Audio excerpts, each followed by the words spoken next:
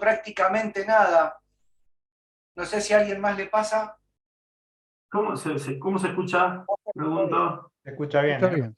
Yo escucho bien. Se escucha bien. Se escucha bien. Ok, Vale, gracias. entonces Gracias. avísalo, porfa.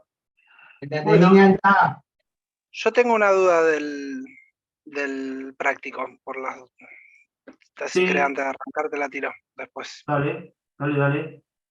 No, que por lo que decía la diapositiva, digo, a partir de lo que hizo el profesor, desde la diapositiva y demás, por lo que entiendo, estaban cubiertos todos los puntos del trabajo el otro día en la clase del miércoles. ¿Es correcto? ¿O falta algo más? Sí. No, estaba todo. Hasta ahí ya no había más nada que agregar. Habíamos visto todo lo que se requería. Perfecto, eso solo me había generado dudas. Muchas gracias. No hay Yo por qué, tengo por una favor. consulta, profe, también, disculpe, aprovechando que levanté la mano por error, que era para avisar que tenía el práctico listo. Pasaron un link a un formulario de Google ahí en el chat del Zoom, Sí. pero el tiempo para presentarlo es hasta el miércoles o es hoy, es ahora, tiene que ser en estas 2 horas. Ahora les cuento eso, Pedro. Sí, ya Perfecto, entro con eso perfecto. del foro, de los tiempos, porque ya lo tenemos definido. Sí, ahora entramos en detalle. Yo tengo una Leandro, duda sobre los requerimientos, profe, los puntos que hay que cumplir en el trabajo. sí, Yo armé una API con los endpoints de obtener, me armé una API como la de la diapositiva de la 9, ¿no? Que tenía una especie de API de frutas. Armé sí. un endpoint para ir a buscar todas las frutas, ir a buscarlas por ID, hacer un post, ¿qué más? Borrar, no sé si falta alguna otra funcionalidad. El Ir a buscar actualizar, por ejemplo. Claro, sí. Actualizar por ID, chequear que cuando se hace el update, si falta algún dato, tiene un error. Bien. ¿Qué más? No sé si falta implementar algo más. Buscar por ¿Saben qué nombre. vamos a hacer?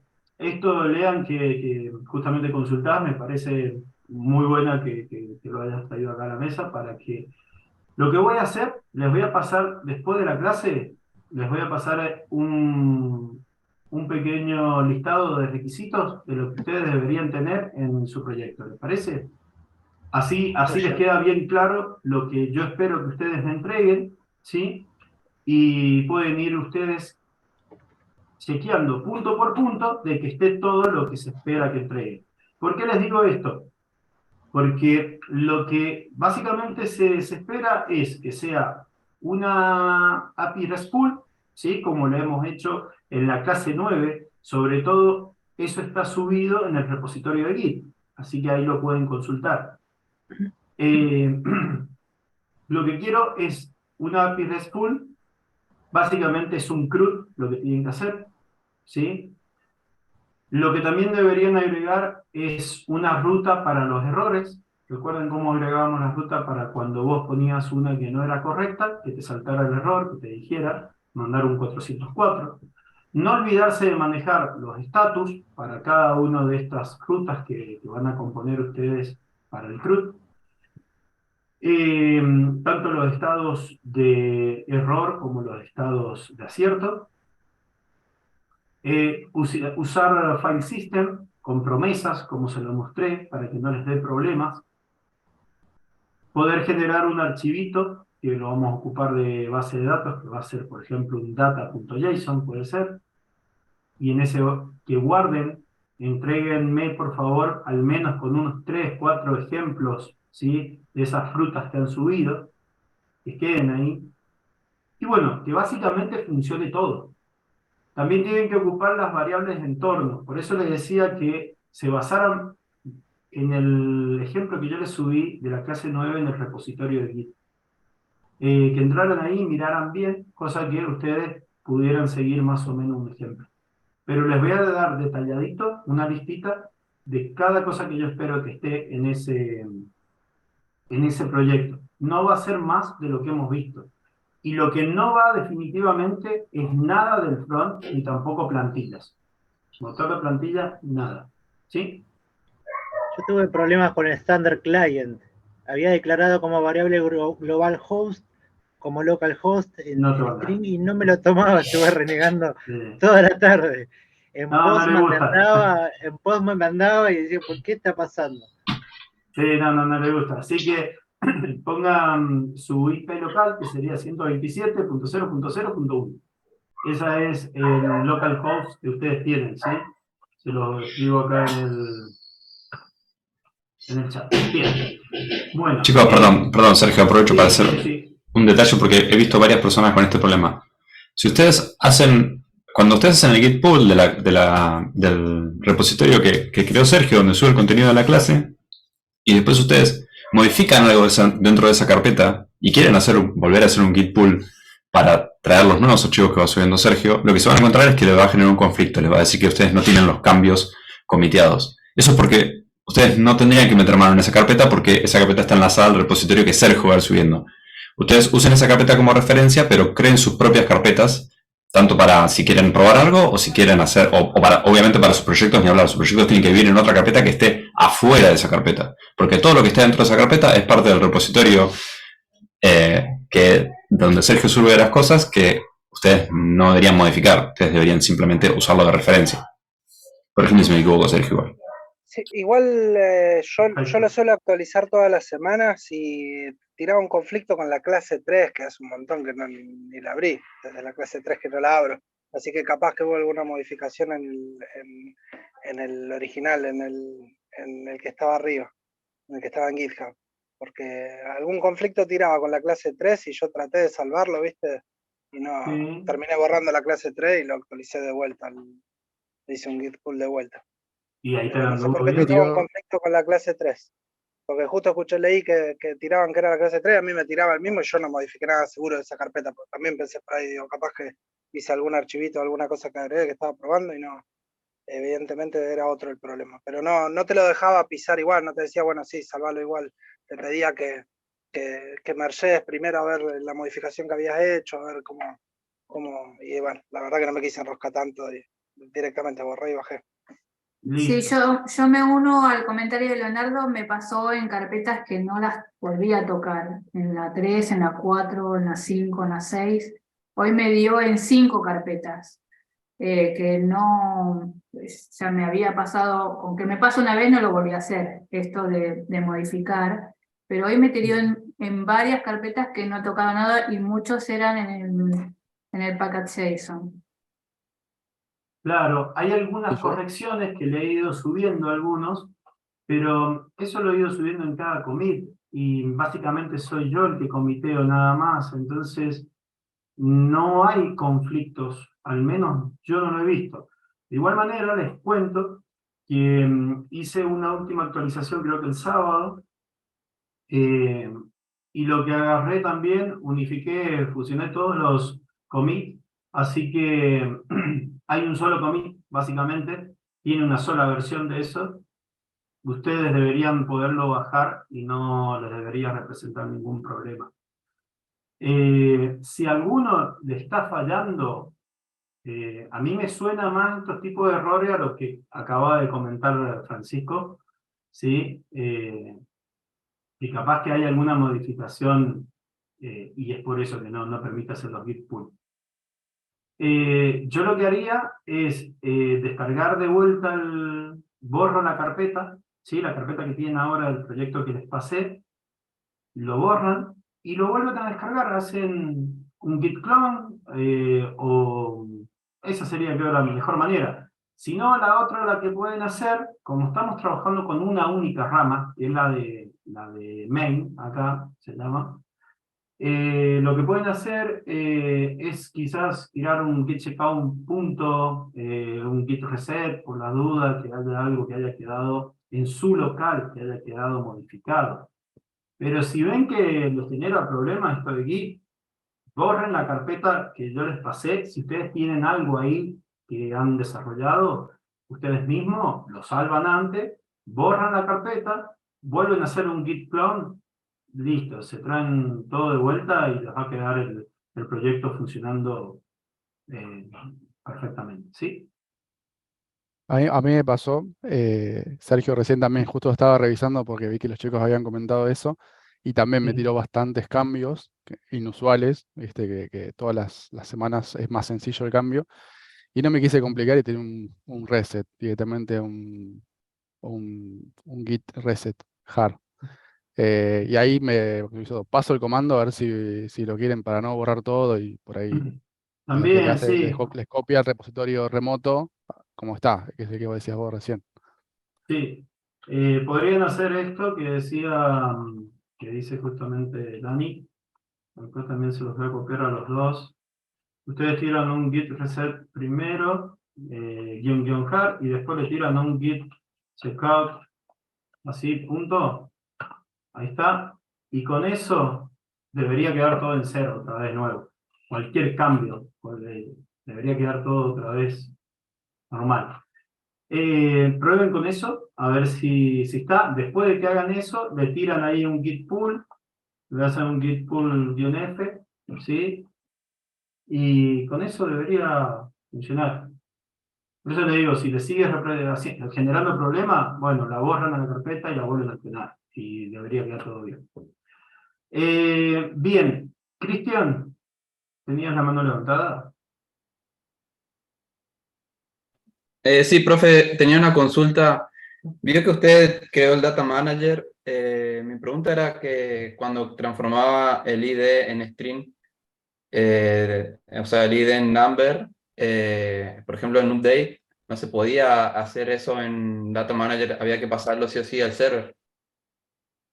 O Claro, sea, usted lo que yo hizo lo fue que que pasó al hacía server. era en el server resolverlo directamente, ¿viste? Vos lo podés, Yo esto agarré, de hacer el casting lo podés hacer en el server o en el data manager que habíamos hecho. yo pude ¿Recordás? hacer yo pude hacer todo en el Data Manager menos lo del update. Ese lo tuve que hacer en el server. No sé si se puede entregar así el trabajo. Sí, sí, no hay problema, no hay problema. Lo importante es que esté hecho el casting ese, porque si no, no te va a machear, ¿viste? Sí. Entonces, está bien, está bien. De igual manera, Cristian, lo podrías deberías poder hacerlo en el Data Manager, a lo que es el Claro, porque update. También te debería dejar. yo- Nada más que lo que pasa es que se lo tenés que hacer al objeto, porque venía por el objeto, creo, no venía separado. Fíjate cómo ahí lo has hecho, pero deberías poder también casquear ese valor. sí, porque intenté crear el nuevo objeto y no me dejó con eso. Entonces tuve que hacerlo todo en el server. O sea, el último, el update, tuve que hacerlo en el server. Entonces ahí sí me funcionó. Sí, no habría problema, no habría problema. Dale, Mientras esté corregido en cualquiera de las dos partes, está bien. ¿Sí? dale, perfecto. Gracias. Bien. Eh,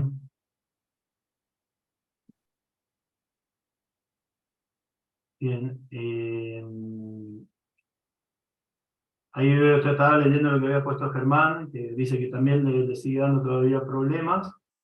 Eh, Lo que podemos hacer, como les dije, traten de directamente descargarse el proyecto.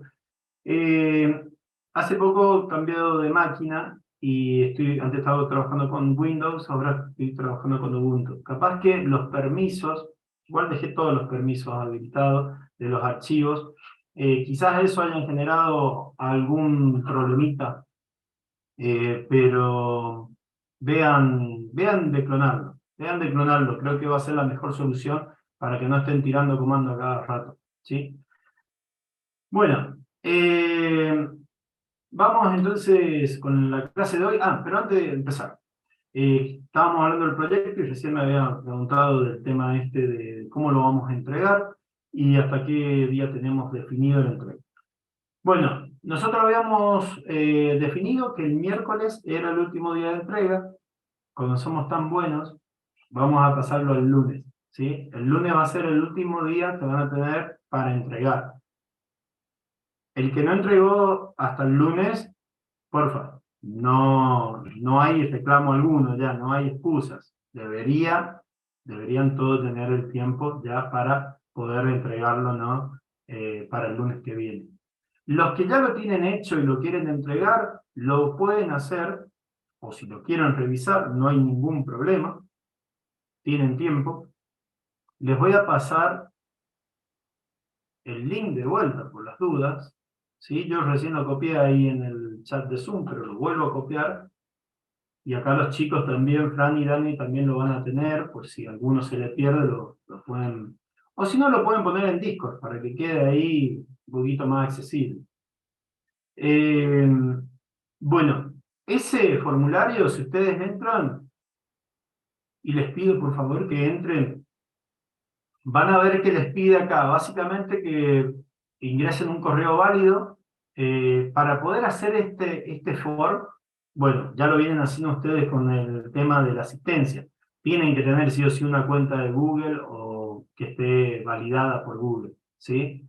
Entonces, después va a aparecer la lista de todos los estudiantes, se busca.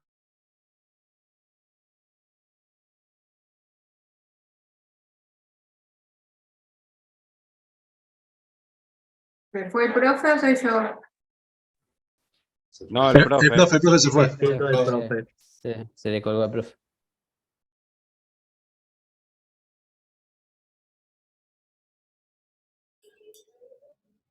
Bueno, entonces el lunes y tienen que entrar al formulario.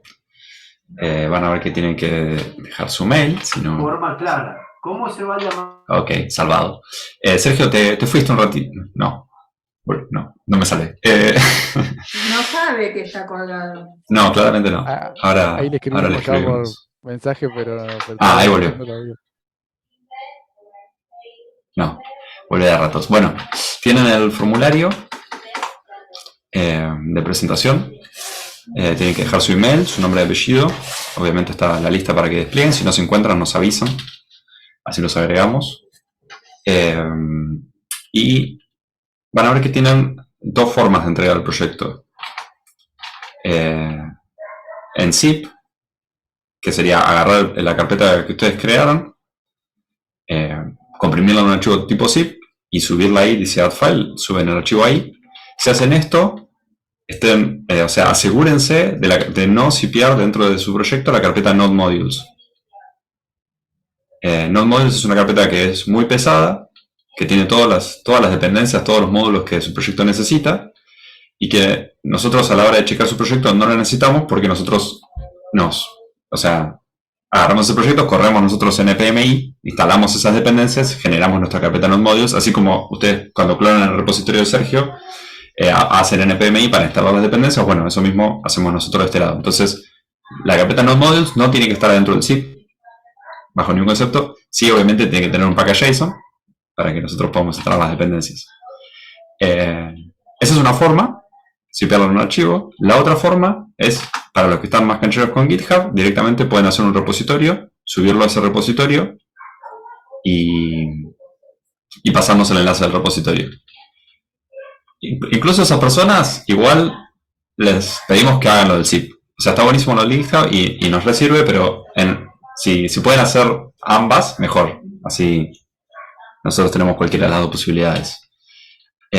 Además, si lo van a hacer en GitHub, bueno, si están enganchados con GitHub ya lo saben, pero asegúrense de que sea público, así no andamos peleando con permisos. Repito, aún así, mejor sería que hagan lo del zip. Y después abajo hay para que agreguen sus comentarios, que Sergio seguramente les dirá que quieren que escriban ahí. Yo no estoy seguro qué comentarios quiere, pero ahí nos pueden dejar sus comentarios. Sergio, a ver, dame un minuto que veo. Ok, Sergio está haciendo la típica reiniciada de router y ya tendría que poder volver.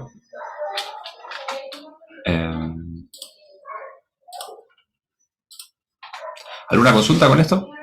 ¿O alguna otra consulta con Git que los podamos ayudar con Daniel sin tener que entrar en el contenido de la clase? Que no es nuestro fuerte. O sea, no es nuestra incumbencia exactamente.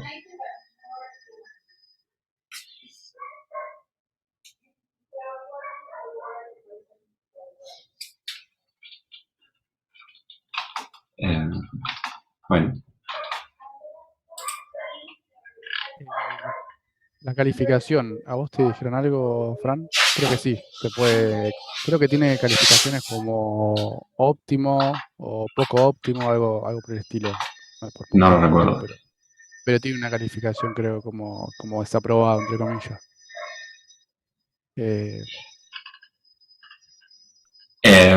O sea, si está para revisar, o sea, es para que nosotros les hagamos una devolución y lo puedan llevar digamos, lo puedan llevar a buen puerto. Obviamente no va a ser desaprobado, te vas del curso. No, eso no existe. O sea, es para que lo vayamos trabajando, para que lleguen a una segunda instancia del proyecto más seguros. En ese caso, si hay que revisar cosas, no va a ser te sacaste un 2 y otra cosa. Nada de eso, repito. Es para que lo vayamos trabajando. Fran, ¿y una sola oportunidad tenemos para hacer, para te entrega, o hay devolución y luego hay reentrega? En caso de que nos No, claro, por eso digo, hay revolución y hay reentrega, y la idea es que lleguen al final del curso con todos los trabajos bien, no en el sentido de estar aprobados, sino en el sentido de que saben hacer un backend. O sea, eso es lo que vinimos a hacer acá, que sepan hacer un backend. Entonces, no es una cuestión de aprobar o desaprobar, es una cuestión de que aprendan a ejecutar un backend y estar ahí con ustedes, digamos, todo ese proceso. Esta primera parte, digamos, este primer trabajo práctico es bastante limitado, son pocas rutas, tiene lo básico como para que lo aprendan súper bien, así que traten de concentrarse en eso, de lo básico, de poder recibir los pedidos y devolver la información necesaria y los estatus. No se enrosquen mucho más que eso, y si tienen problemas con eso, de nuevo, no es desaprobado, te fuiste a diciembre, no es una escuela. Es un ida y vuelta para que ustedes eventualmente lo aprendan y lo incorporen. Lo que está bueno si pueden, es si lo pueden entregar antes. Durante el fin de nosotros por ahí estamos, a veces revisamos sábado, domingo, para que podamos por ahí ir corrigiéndolo sobre la marcha también, y bueno, a la hora de entregar va a estar mucho mejor.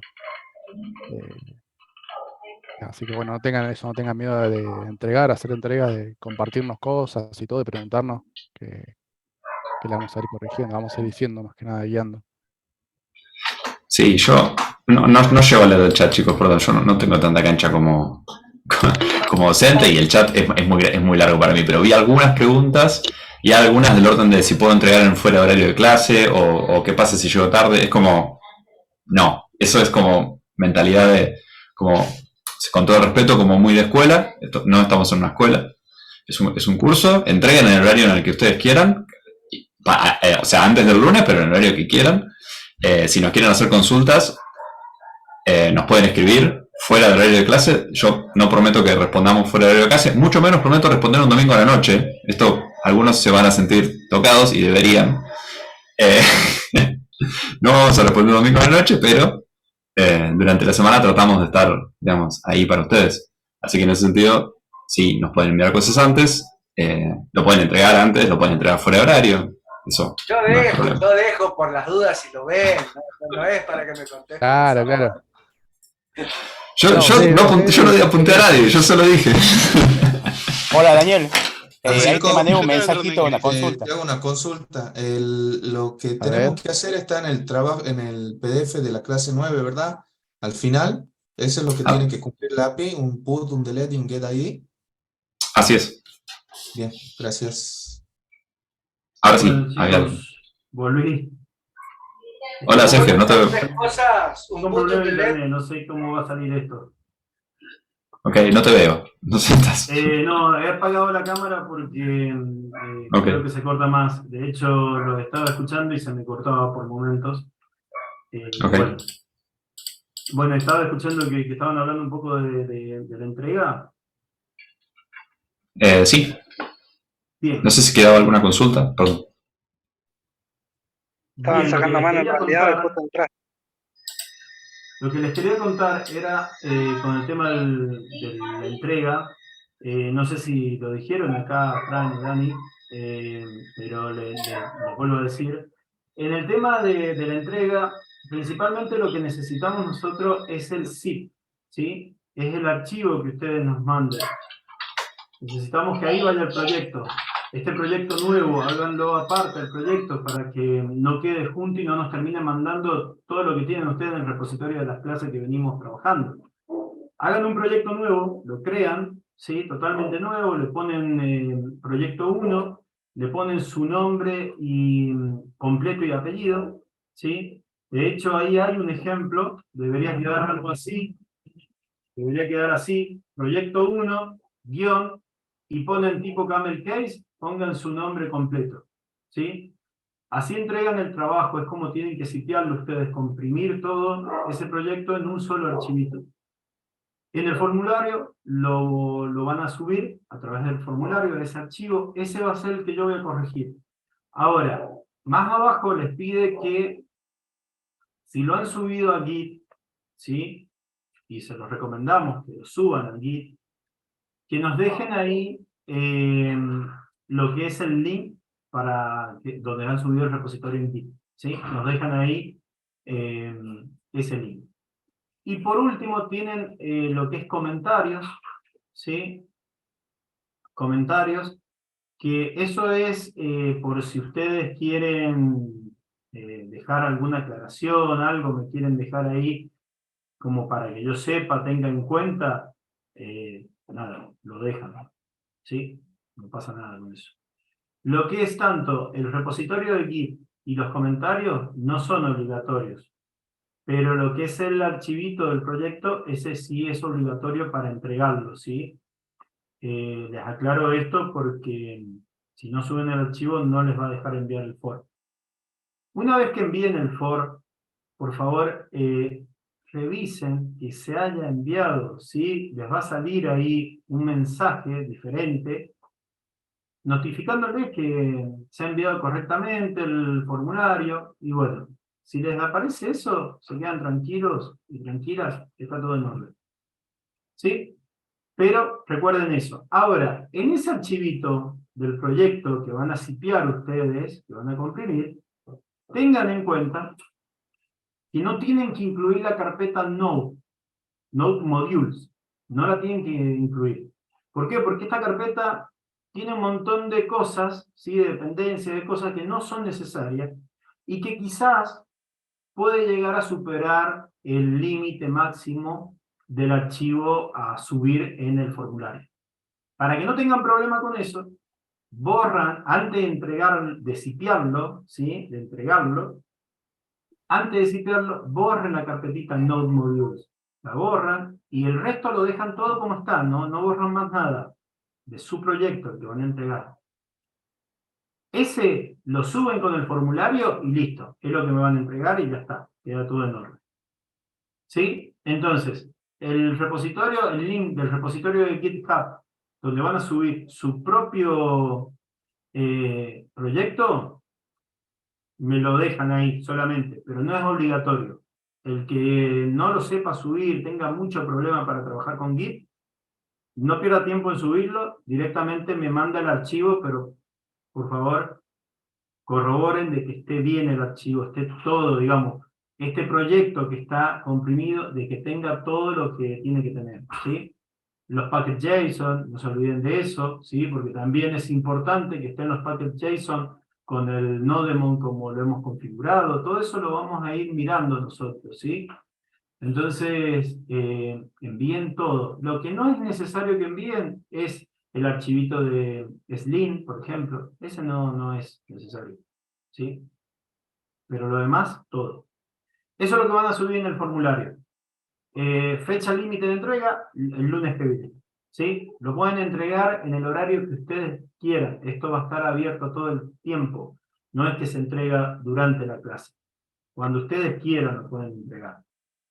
¿Qué más para tener en cuenta? Vuelvo a remarcar esto, el nombre. No se olviden de ponerle bien su nombre completo, proyecto 1 guión y su nombre completo en camel case. Así le tienen que poner al archivito zip. ¿Ok? Solamente pueden hacer una sola entrega, ¿sí? Tengan eso en cuenta, que probablemente no les va a dejar hacer más de una entrega. Entonces, envíenlo, por favor, como les dije, corroboren, tómense el tiempo de revisar que está todo en orden, no se apuren, hay tiempo, gente, ¿sí? Bueno, cualquier duda que tengan sobre el proyecto, lo que hay que entregar, les voy a hacer esa listita de requisitos, y ahora, si nos queda un poquito de tiempo antes de terminar la clase, Me preguntan cualquier duda técnica que tengan y la vemos, no hay ningún problema. Bien, vamos a arrancar entonces con la clase de hoy. ¿Sí? Vamos a arrancar. Les voy a compartir acá pantalla. A ver. Acá. Perdón, esto no es. Me cambió. Acá es. Entonces, arrancamos con lo de hoy. ¿Qué tenemos para ver? Bueno, clase 10. ¿Qué vamos a empezar a ver hoy? Un nuevo concepto. Esto, lo que son las bases de datos. ¿Sí? Vamos a hablar de lo que son las bases de datos no SQL, como es MongoDB. Vamos a hablar un poquito de lo que es el formato JSON. Vamos a trabajar en MongoDB para crear un clúster en la nube. Vamos a instalar Compass. Vamos a visualizar algunas bases de datos de ejemplo. Vamos a hablar de lo que son los documentos, las collections, los índices no, ahora no. Pero sí lo que son documentos y collections. Y vamos a ver, por último, vamos a importar también una estructura JSON. Prácticamente eso vamos a hacer en el día de hoy. Primero que todo, vamos a empezar con esto del concepto de base de datos. ¿Qué creen ustedes que es una base de datos? ¿Me pueden contar? ¿Pueden abrir el micrófono? ¿Sí? Los que quieran decir por el chat también lo pueden hacer. Es un lugar de almacenamiento de información. Donde se almacena información. Bien. Es Muy bien. Sí, sí. un conjunto de datos, un conjunto de información organizada o almacenada de cierta manera. Bien, me gustó ahí ese organizada, ¿sí? Organizada me parece muy relevante. ¿Y por qué? ¿Por qué sucede esto? Porque no es lo mismo tener un almacén de datos, un almacenamiento de datos, que una base de datos, ¿sí? No es lo mismo. No lo confundan a eso. Yo sé que da muy a sinónimo, pero no es sinónimo. Porque ustedes vean que un almacén de datos es ir y dejar datos en un lugar y se acabó. Y quedan guardados ahí. ¿Sí? El día de mañana lo pueden ir y buscar y utilizar. Pero seguramente el mecanismo para la búsqueda no sea el más óptimo. Y es así que les voy a dar un ejemplo, ¿sí? Un poquito más de la vida cotidiana. ¿Viste cuando tenés... Yo siempre hago esta comparación. ¿Viste cuando tenés... en tu casa agarrás y tenés la famosa despensa? ¿Viste esa piecita del fondo donde vas y metés todo? O la piecita que tenés ahí desocupada. Y vas tirando cosas, ¿viste? Vas dejando ahí todo lo que ves que está mal parado en la casa, vas y lo guardás en ese lugar. Y vas metiendo y metiendo y metiendo. El día que necesitas buscar algo, ¿qué pasa? No es fácil. Porque vas y decís, che, yo sé que lo dejé por acá, pero no tenés ni idea dónde lo dejaste. Y quizás lo buscás un ratito y a veces desistís y decís, bueno, ya está, voy, no sé, lo soluciono de otra forma el problema.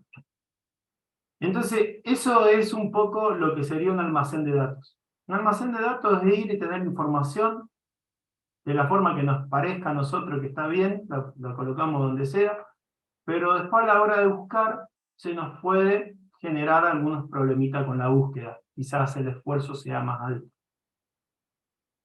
Es así que las bases de datos arrancan y se basan en algo muy importante, que es justamente esto, la organización sistematizada de la información.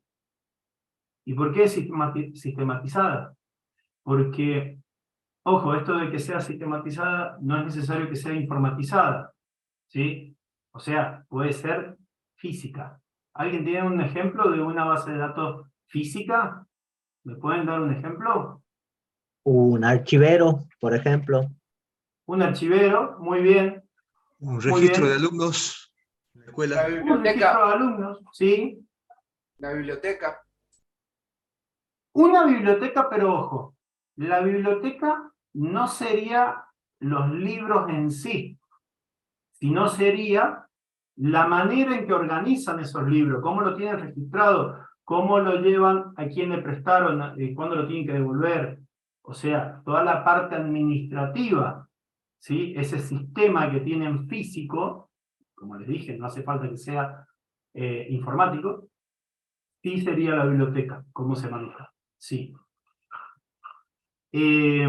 También podría ser, por ejemplo, ¿recuerdan la famosa guía telefónica? Ese libro bien gordito, alto que era. Recuerden que antes te llegaba la guía telefónica y nosotros teníamos que buscar ahí los números de teléfono. Pero miren qué interesante lo que tenía, porque este tenía un índice, por ejemplo, los números estaban ordenados, ¿no?, alfabéticamente por los apellidos, ¿no es cierto? Te salía vos el nombre, el apellido, el número, y abajo salía, por ejemplo, la dirección. Entonces uno podía ir buscando de esta manera, y era como que no era tan complicado encontrar un número. Ahí te das cuenta la organización sistemática que tenía la guía para que fuera útil encontrarlo. Y no estábamos hablando de algo, como les dije, informatizado.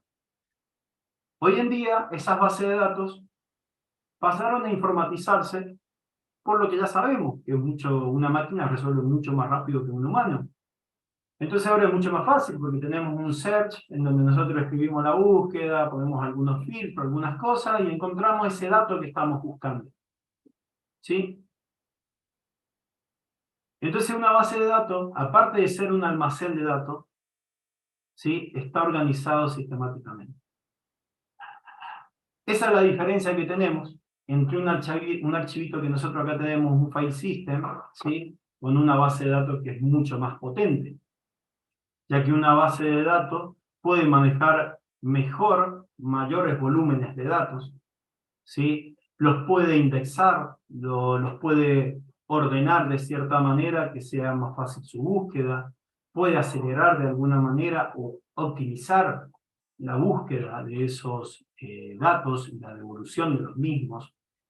También una base de datos nos garantiza también una mayor disponibilidad, ¿sí?, y accesibilidad, ¿sí? Esas son las diferencias a veces que hay con una base de datos y hablando ya en algo más informático, contra un archivo plano, que es lo que hicimos el otro día con File System. Bueno, acá tenemos un poquito de esto que les venía contando. Dice, si bien veníamos hablando de las estructuras de datos JSON, XML y derivados, hasta el momento nunca tuvimos un contacto con una base de datos que provea la información original. A partir de esta unidad, bueno, nos vamos a meter en lo que son las bases de datos. Como les dije, ven acá, una base de datos es un conjunto, ven que dice un conjunto organizado de información que se puede acceder, administrar y actualizar de manera eficiente, ¿sí? Nos va a proveer de todas estas herramientas. Un poquito de historia acá, cómo arranca esto, nada. Ustedes pueden leer si les interesa más de esto, pero básicamente nos dice que en 1884, ¿sí?, arranca primero con esto de Hermann Hollerith, que aplicó a muchas cosas más de las que dice acá. Ven que dice que diseñó la máquina automática de tarjetas perforadas. Eso es cierto, fue así, es esa fotito que les dejé ahí, que creo que ustedes no lo tienen en la PPT, pero se lo dejé para que más o menos pudieran ver esta máquina cómo era, y que no era tan simple como ahora.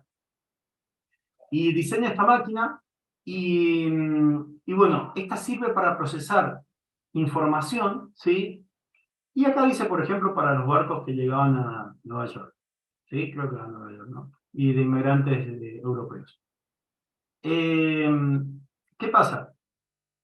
Esta máquina también se ocupó, también en otro hito, fue en el censo que hubo, creo que en 1890. También, creo que las tarjetas le llevaron como unos 3 años a hacer las tarjetas perforadas. Esas eran las memorias. Si ustedes ahora ven cuando hablan de memoria, de una memoria RAM, de una memoria que le ponen al teléfono, ¿sí?, micro SD y cosas así.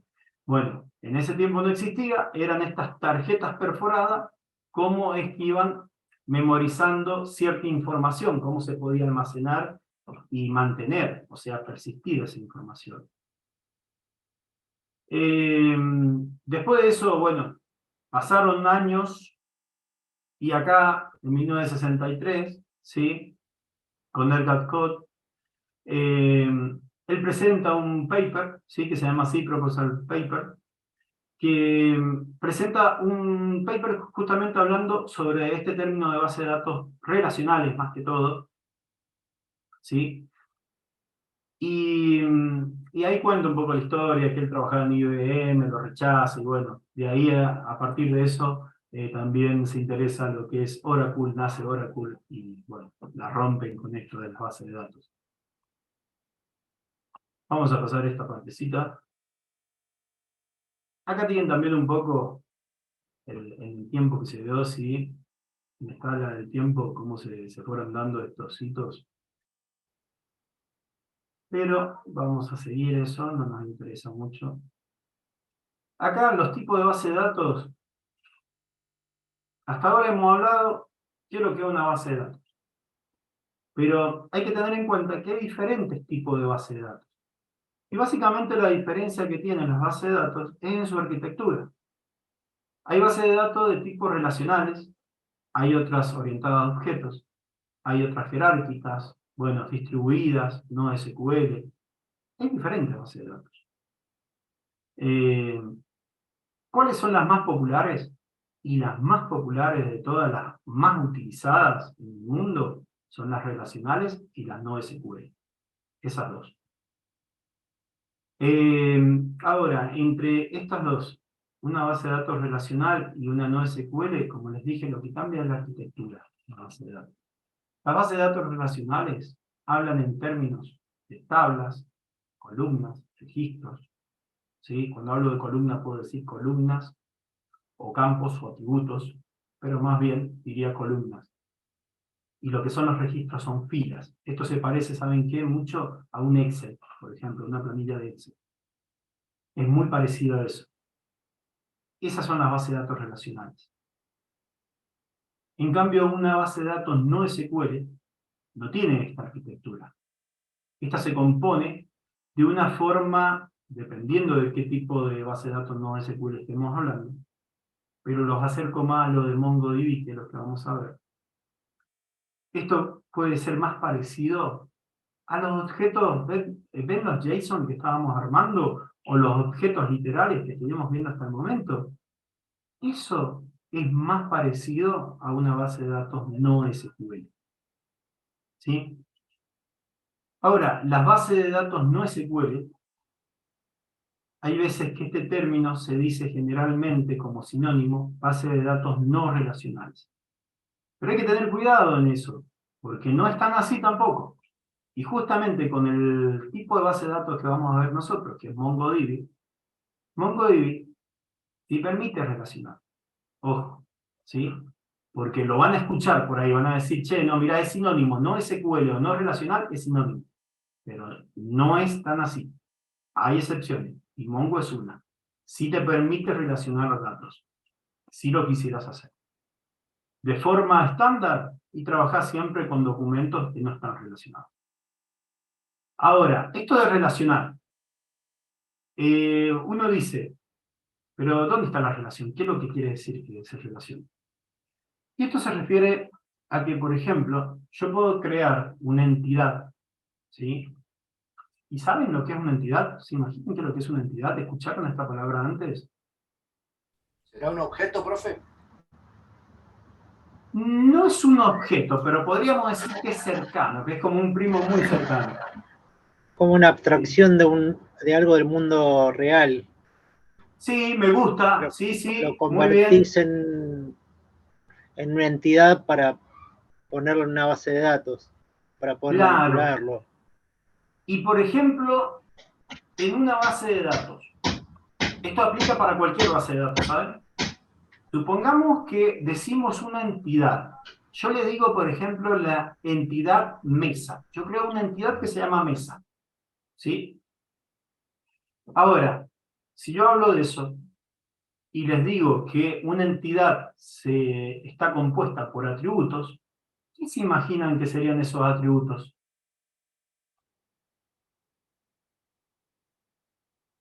¿Qué puede ser? Si le digo que una entidad es el Las color, propiedades. tamaño. Las características, las propiedades. Bien, muy bien ahí, perfecto, las características, las cualidades que tiene esa mesa. ¿Y qué podrían ser? Por ejemplo, la altura, El tamaño, el el color, tamaño, material también, el material si es de madera, si es de metal, no sé, de vidrio, lo que sea. Todas esas cualidades, características que hacen a esa entidad serían los atributos. Ahora nosotros de los atributos, lo que tenemos que hacer de esos atributos es abstraernos de algunos de ellos. ¿Está bien? Y esto es importante. ¿Por qué? Porque yo tengo que tomar lo que es relevante para el contexto en el que estoy trabajando.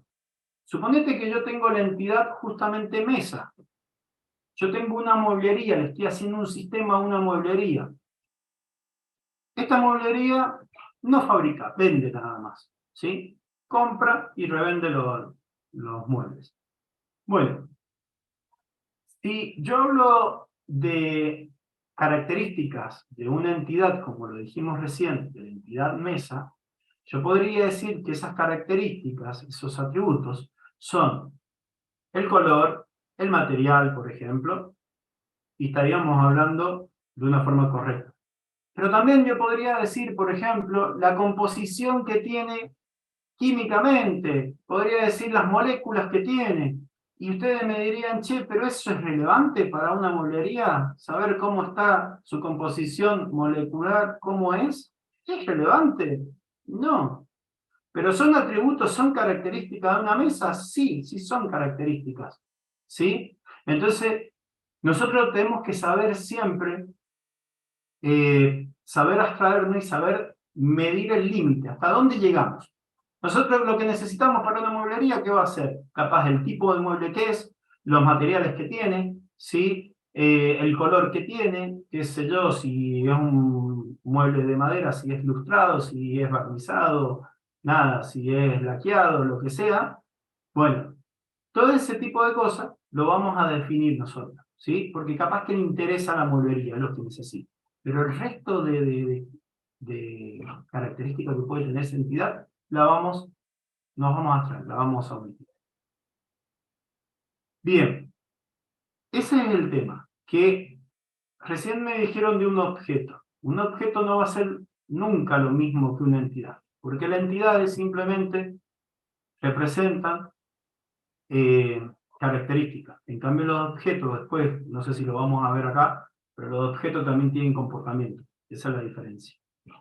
Entonces, a nivel de entidad, de base de datos, solamente hablamos nosotros en términos de características que tiene.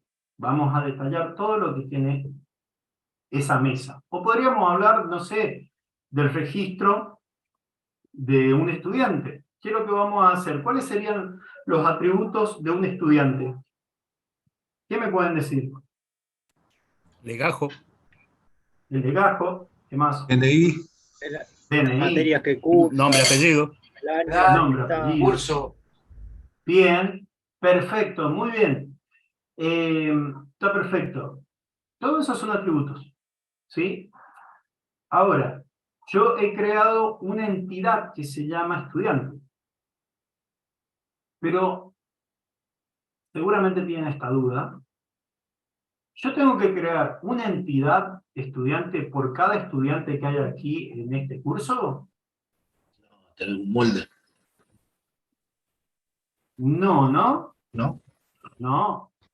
Yo voy a crear una sola entidad llamada estudiantes, que es por así decir, es el archivito donde voy a meter todos los estudiantes. Y esta entidad de estudiante, que va a tener sus atributos, ¿sí? Yo voy a crear, y miren, se lo voy a dibujar acá para que lo vean un poquito más gráfico.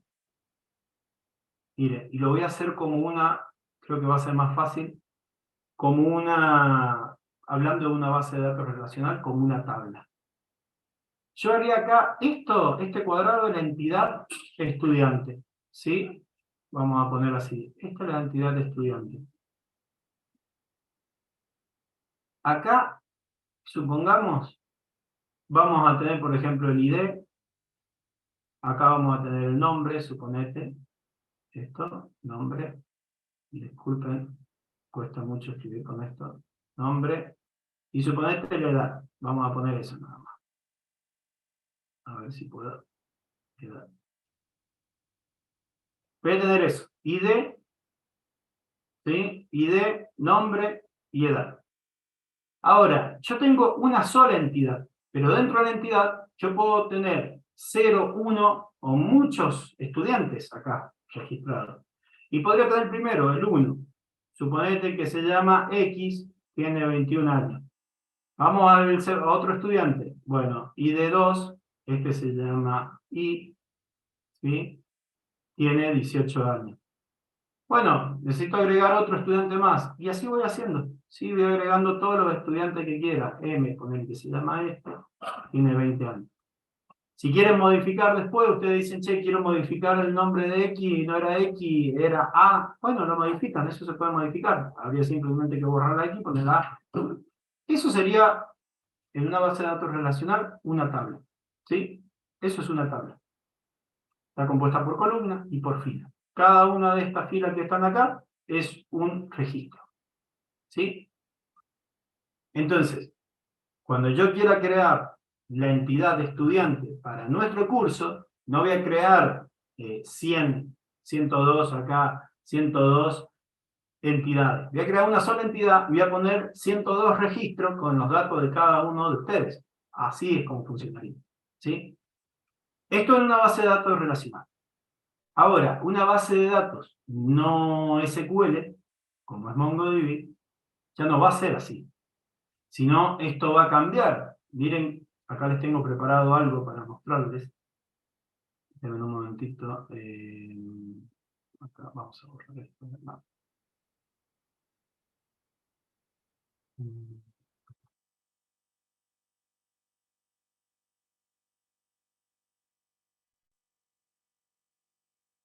Sí, a ver si lo puedo agrandar ahí. Ahí se ve, ¿no? Ahí está, ¿se entiende? No se pixelea mucho. ¿Vamos? Sí, ahí se ve bien. Genial. Bueno, miren, acá tengo una entidad que se llama persona. ¿Sí? Persona, ¿cuáles son los atributos que tiene una persona en esta entidad? Tiene 4 nada más. Tiene un ID, un nombre, un apellido y edad. Esos son los 4 atributos que tiene persona.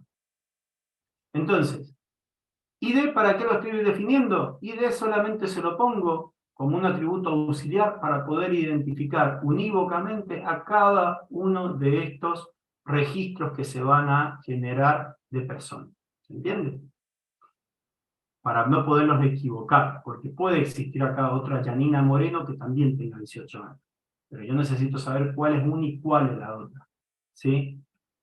Bueno, de esta manera lo voy a poder hacer. Y esto aplicaría a todos los tipos de entidades, no solamente personas, porque estoy seguro que por ahí alguno ya está pensando y me va a decir, pero podríamos poner el DNI. Y hasta cierto punto sí, les podría decir. Aunque hay algunas cuestiones ahí irregulares con el DNI. Entonces, ¿qué pasa acá? Les dije, todo esto es la entidad, cada uno de los registros, esas filas que les mostré recién, sería cada uno de estos cuadraditos que he marcado acá en rojo. O sea, de llave a llave es un registro o una fila distinta, en lo que les mostré recién. Y las columnas que yo les mostré recién, sería cada uno de estas keys que están acá. Es por eso que en las bases de datos no SQL, que es lo que vamos a ver, no existe el concepto de tabla, ni columnas, ni filas. No existe. Lo que existe es que la entidad en sí es un document, ¿sí? Un documento. Eso sería lo que es, lo que es la collection. La collection es la que nosotros llamaríamos como tabla. La collection es eso. Y los documents serían cada uno de los registros de la fila. Un document es una fila, un registro propio, ¿sí?, de la entidad persona. O sea, por ejemplo, todo esto que está acá. Y de uno, nombre Carlos, apellido Medina, todo esto que engloba esto es un documento. Lo que engloba a todos los documentos es la colección. Y cada documento adentro está compuesto por key y value, que son la llave, ¿sí? Que es el nombre que le veníamos dando, por ejemplo, a los objetos, a lo que es JSON que veníamos viendo hasta ahora, es igual eso. Tenemos una key, que es esto, el nombre que le damos, nombre, apellido, ID, todo eso son key. Y los valores de cada una de las key es, por ejemplo, el valor de la key nombre sería Paola. Ese es el valor. ¿Sí? Acá se lo he dejado detallado. ¿Está bien? Bien, ya vamos a volver a esto de acá abajo. Ok. ¿Hasta ahí? ¿Alguna pregunta? ¿Vimos bien? Más o menos.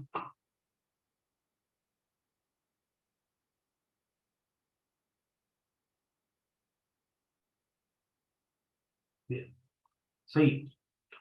Bueno. Quizás alguno se está preguntando ¿cuándo yo uso una base de datos relacional y cuándo uso una no SQL? ¿En qué situaciones es más conveniente una o la otra? ¿Sí? Las bases de datos relacionales son muy utilizadas en todo lo que son los contextos de negocios, ¿sí? De gestión. Todo lo que es gestión de negocios se ocupa base de datos relacionales. ¿Por qué es eso? ¿Por qué se ocupan? Son muy buenas ahí. Porque tienen mucha data relacionada. O por ejemplo, yo puedo decir que tengo una entidad persona o una entidad que se llame estudiante, ¿sí? Mejor así, una entidad que se llama estudiante, y este estudiante cursa distintas materias, pero estas materias pertenecen a un curso o a una carrera, ¿sí? Suponete una carrera. Entonces yo empiezo a decir, che, una materia pertenece a una carrera, y una carrera puede tener muchas materias.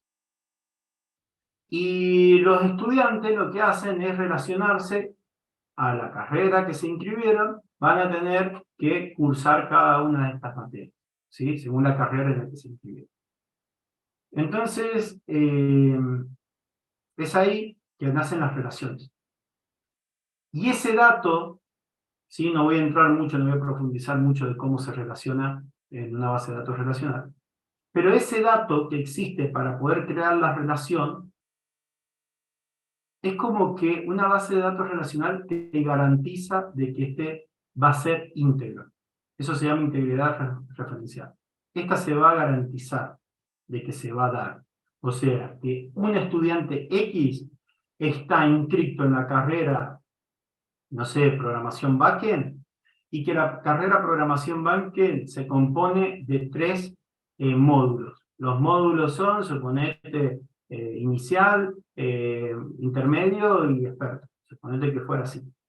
Bueno, cada uno tiene sus contenidos, uno tiene que ir aprobando todo lo que ustedes se imaginen. Bueno, que esas relaciones se mantengan, una base de datos relacional te lo garantiza de que se van a mantener. En cambio, una base de datos no SQL no te garantiza eso. ¿Sí? Tranquilamente se puede romper esto. Y el romper no significa de que el motor de base de datos tenga un problema, sino lo que sucede es que yo tranquilamente puedo decir que la entidad A está relacionada con la entidad B, y ese dato de relación lo podría modificar por cualquier otra cosa, o ni siquiera lo podría poner en un momento dado y nadie advertiría este cambio. En cambio, de una base de datos relacional, vos podés poner ciertas restricciones para que esto no suceda. ¿Sí? Bueno. Una preguntita. Sí. Eso sería, por ejemplo, en una no relacional, vos el tema de la seguridad o qué sé yo, la repetitividad de un cliente que se quiera volver a inscribir en tu base de datos, la sea a nivel de diseño. O sea, lo consultás en el momento y que no todo esté relacionado, o sea, capaz que la base de datos no tiene como idea el número de DNI, pero vos lo validás antes a nivel de diseño para evitar que se repita. Digamos. O sea, esas cosas se solucionan de esa manera cuando trabajás con una base de datos no SQL. Ahí no es eso, no sería precisamente eso, porque ahí lo que vos me estás hablando son de reglas de validación, que es diferente. Vos, en ambos tipos de base de datos, vos podés agregar, se hace con índices de tipo unique, por ejemplo. Entonces haces que no se repita el DNI, por ejemplo, y que este DNI pertenezca solamente a un usuario, y que vos puedas hacer un login, ¿sí?, a través del DNI y lo puedas reconocer y no haya ningún problema. No, eso no sería ese problema. Acá hay más que todo ese vínculo que se crea en la relación, de decir, esto es más, lo pueden entender un poco aquellos que entienden algo de objetos, o que saben mucho de objetos quizás, es como decir esa asociación que hay, ¿viste? Cuando vos decís, un estudiante está inscrito en una materia, y una materia puede tener varios estudiantes, ¿sí? Bueno, ese vínculo que vos esa creás, relación, un infinito. esa relación Digamos, es un dato. Claro, sí, sí. Pero vos esa relación la hacés a nivel de, digamos, o sea, no están relacionada la tabla, pero sí en la tabla de materias tenés el número de DNI del alumno, y en la base de datos de alumnos tenés el número de DNI. O sea, no están relacionadas entre sí, pero tenés manera de saber el nombre del alumno si no lo guardaste en la base de datos de, digamos, de las materias. Pero tenés que recorrer un poquito. O sea, esa sería la dificultad que traen no SQL, sí, digamos. porque en las bases de datos relacional existe algo que se llama foreign key, ¿sí? Este es el dato que yo le digo que construye la relación. Ahí yo te pongo un atributo en la entidad, suponete en la entidad estudiante, yo agrego un atributo que es una foreign key, y este atributo lo que va a tener ahí es un dato, suponete con qué materia está relacionada. Yo le podría poner a ese atributo materia o carrera. Carrera. ¿Qué es lo que voy a poner ahí adentro? El ID de la carrera que estás cursando, y ahí construir la relación. ¿Sí? Pero esto también lo puedo hacer en una base de datos no SQL. También lo puedo hacer, porque también podemos crear nosotros, ¿no es cierto? Acá, a ver, creo que por acá había un... Bueno, no. Yo puedo construir tranquilamente en lo que estuvimos haciendo. A ver, le voy a presentar acá, porque esto es muy parecido. ¿Recuerdan esto que estuvimos haciendo la semana pasada en la clase 9? Esto tranquilamente serían parte de una colección, ¿sí? Estos son los documentos, cada uno de estos son los documentos, y todo esto sería la colección, ¿sí?, de lo que es MongoDB, de una base de datos. Ahora, si ustedes me dicen, mirá, nosotros, cada uno de estos autos hay que relacionarlo con su propietario. Entonces yo podría hacer esto. Miren, a ver si con esto me explico un poco más. Igual esto después lo vamos a ver en detalle, ¿no? Pero no los quiero dejar así en el aire. Propietario. Cada coche de esto tiene un propietario, supongo. Entonces yo acá lo que puedo hacer es abrir un objeto y empezar a poner nombre, ¿sí? Nombre acá del propietario. X. DNI, suponete. Y quiero que vayan viendo esto, para que entiendan el por qué es tan importante las relaciones. Más allá de que vamos a tener tiempo para hablar de todo esto. Suponete que el DNI es ese. Un poco largo creo. Bueno, dale, yo te puse eso. Ahora te pongo acá abajo. Acá pongo el propietario de este. Y miren cómo se está repitiendo el código acá. Está repitiendo demasiado. Ojo, en la base de datos no SQL suele suceder que hay redundancia de datos, hasta inconsistencia se genera a veces. En las bases de datos relacionales también te proponen una mejor solución para eso. Pero yo diría que el tema de la redundancia y la inconsistencia que puede haber de datos pasa más por una cuestión de la habilidad del programador que otra cosa, ¿sí? porque uno tiene que saber diseñar bien su base de datos para que esto no ocurra. Ahora, como se darán cuenta, miren cómo se repitió todo esto, más allá de que, suponete que son todos del mismo dueño, mirá, lo dejemos así, los 3 autos son del mismo dueño.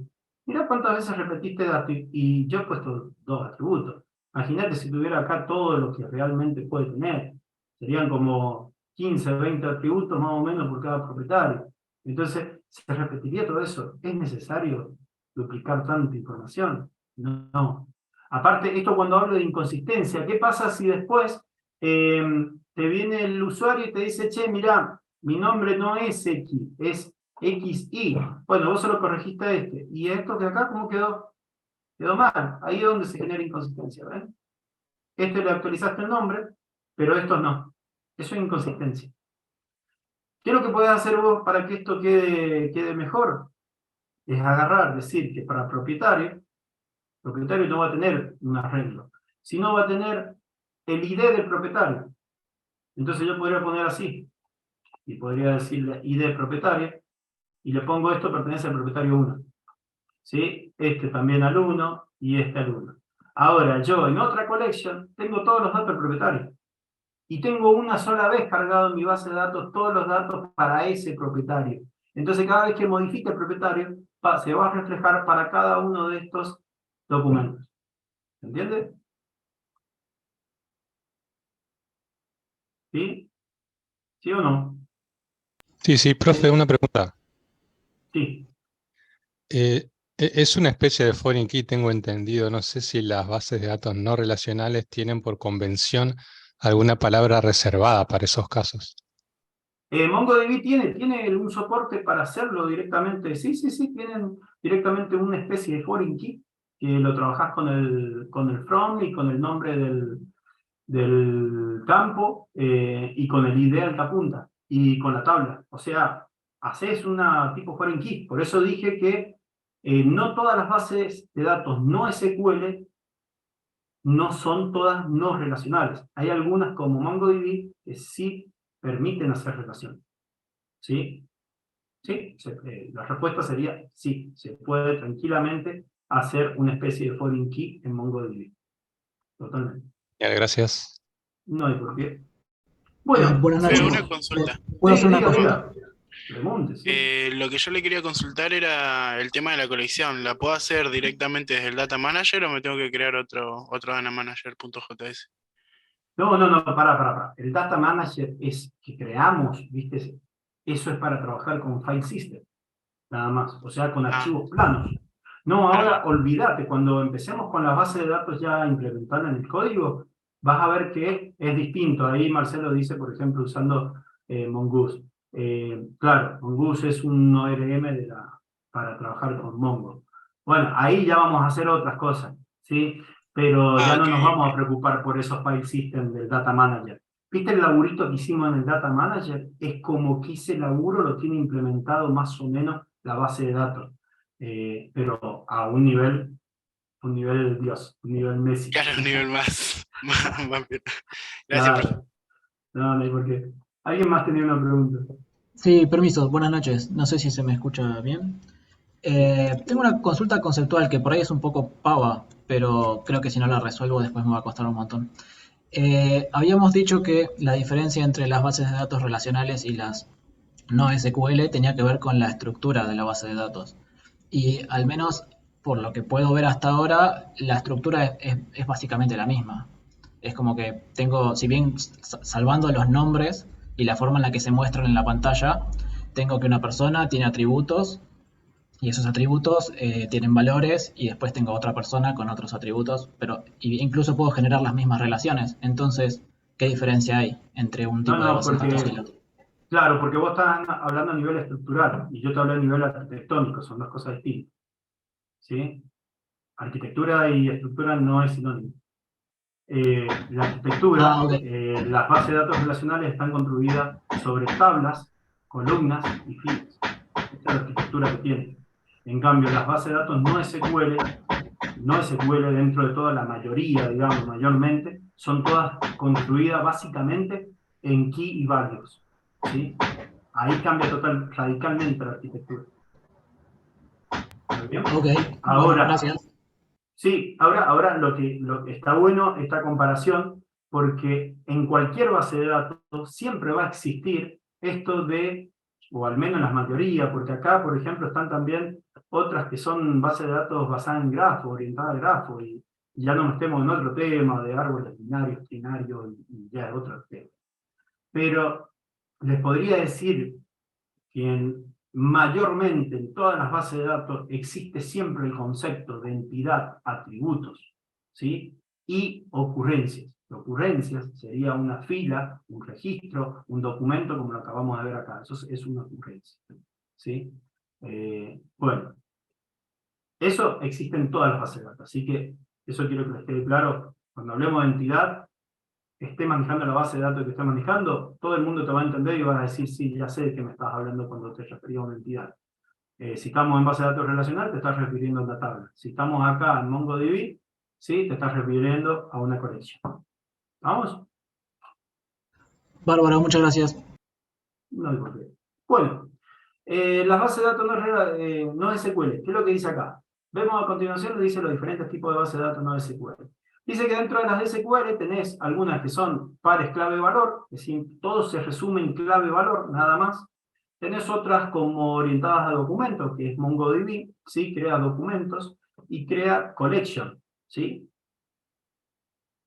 Y después tenés otras que, estas no se usan prácticamente, de columnas, y tenés las de grafo. Las de grafo también son en muy poquito, es un sector muy reducido del mercado que utiliza lo que es grafos, ¿sí? Muy, muy reducido.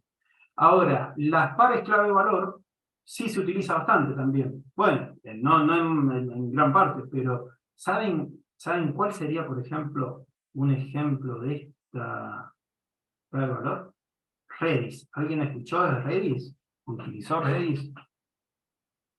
Redis es una base de datos que prácticamente vive en la memoria RAM.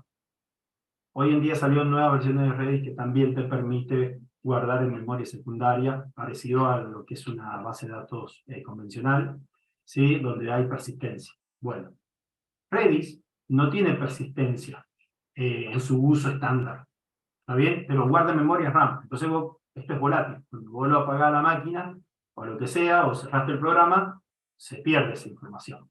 Pero la ventaja de usar esto es que te agiliza un montón de acceso a datos. Bueno, esa Redis, que pueden buscar info después de esto, esta está basada en pares key-value, ¿sí? Clave-valor. La de documento, como le dije, MongoDB es el claro ejemplo, y seguimos, porque si no, no me va a dar el tiempo para terminar la clase. Dentro de las NoSQL, MongoDB es una de las más populares, después le sigue un poco así, DynamoDB, Cassandra, ¿sí? Hay varias. Pero yo diría que MongoDB es la más popular de todas, ¿sí? La más utilizada, porque de hecho ven que esto ustedes del front lo tienen que haber visto, yo creo que sí, o lo tienen que haber escuchado, esto de MERN, ¿sí? MERN. ¿Qué es lo que tienen cada uno de estos? Por ejemplo, MER, estas palabritas de acá, cuando vos hablas de un stack de este tipo, estás diciendo que tu sistema, tu proyecto que has armado, lo has armado con un stack tecnológico que serían la M de MongoDB, la E de Express, ¿sí? Que es el framework que hemos instalado para Node, la R de React, la N de Node. ¿Está? En este de acá, es básicamente todo lo mismo, Mongo, Express, la N de Node, pero la A es de Angular. Y en este de acá es lo mismo que acabo de decir, pero la B, que es la que cambia, es de Vue, ¿sí? Entonces, ese es un stack tecnológico, que todo esto que estamos hablando acá es basado en JavaScript, porque MongoDB está basado en JavaScript. Entonces, sería así. Ahora vamos a arrancar con esto de MongoDB, y lo voy a tener que pasar un poquito más rápido. A ver, estamos, editado documento, escalable, bien, seguimos. Bueno, esto maneja, ¿cuál es la diferencia? Ven que File System nosotros habíamos ocupado un data.json y estábamos trabajando con un JSON, básicamente. Ahí guardábamos sacábamos. La verdad que nos daba buen resultado, al menos con estos chiquitos que estábamos haciendo. Entonces, ahora, como las bases de datos no SQL son utilizadas para guardar grandes cantidades de información, es así que se crea un nuevo tipo de archivo que son los JSON. Que JSON es muy parecido a un JSON, nada más que la ventaja o las características que te ofrece, aparte de lo que te ofrece un JSON, es que también acepta datos binarios, ¿viste? Podés meter un binario ahí completo, o sea, podrías guardar dentro de ese archivo una foto, podrías guardar música, podrías guardar ese tipo de información, que no es recomendado para nada, ¿está bien? Pero se podría hacer. Claro, ustedes cuando abran este archivo no se vayan a imaginar que van a ver la foto ahí puesta, no, para nada. Lo van a ver todo con un montón de símbolos, de cosas raras, que es todo el binario que te lo está pasando a un string, pero ojo con eso, ¿sí? Entonces, ¿ustedes qué tienen que saber ahora? Que esa B, ¿sí? Es de binary, ¿sí? De binario. Le ofrece esa posibilidad. También tiene esto de escalabilidad horizontal, que esto lo que quiere decir, acá les agregué yo un poquito de información, les agregué esto.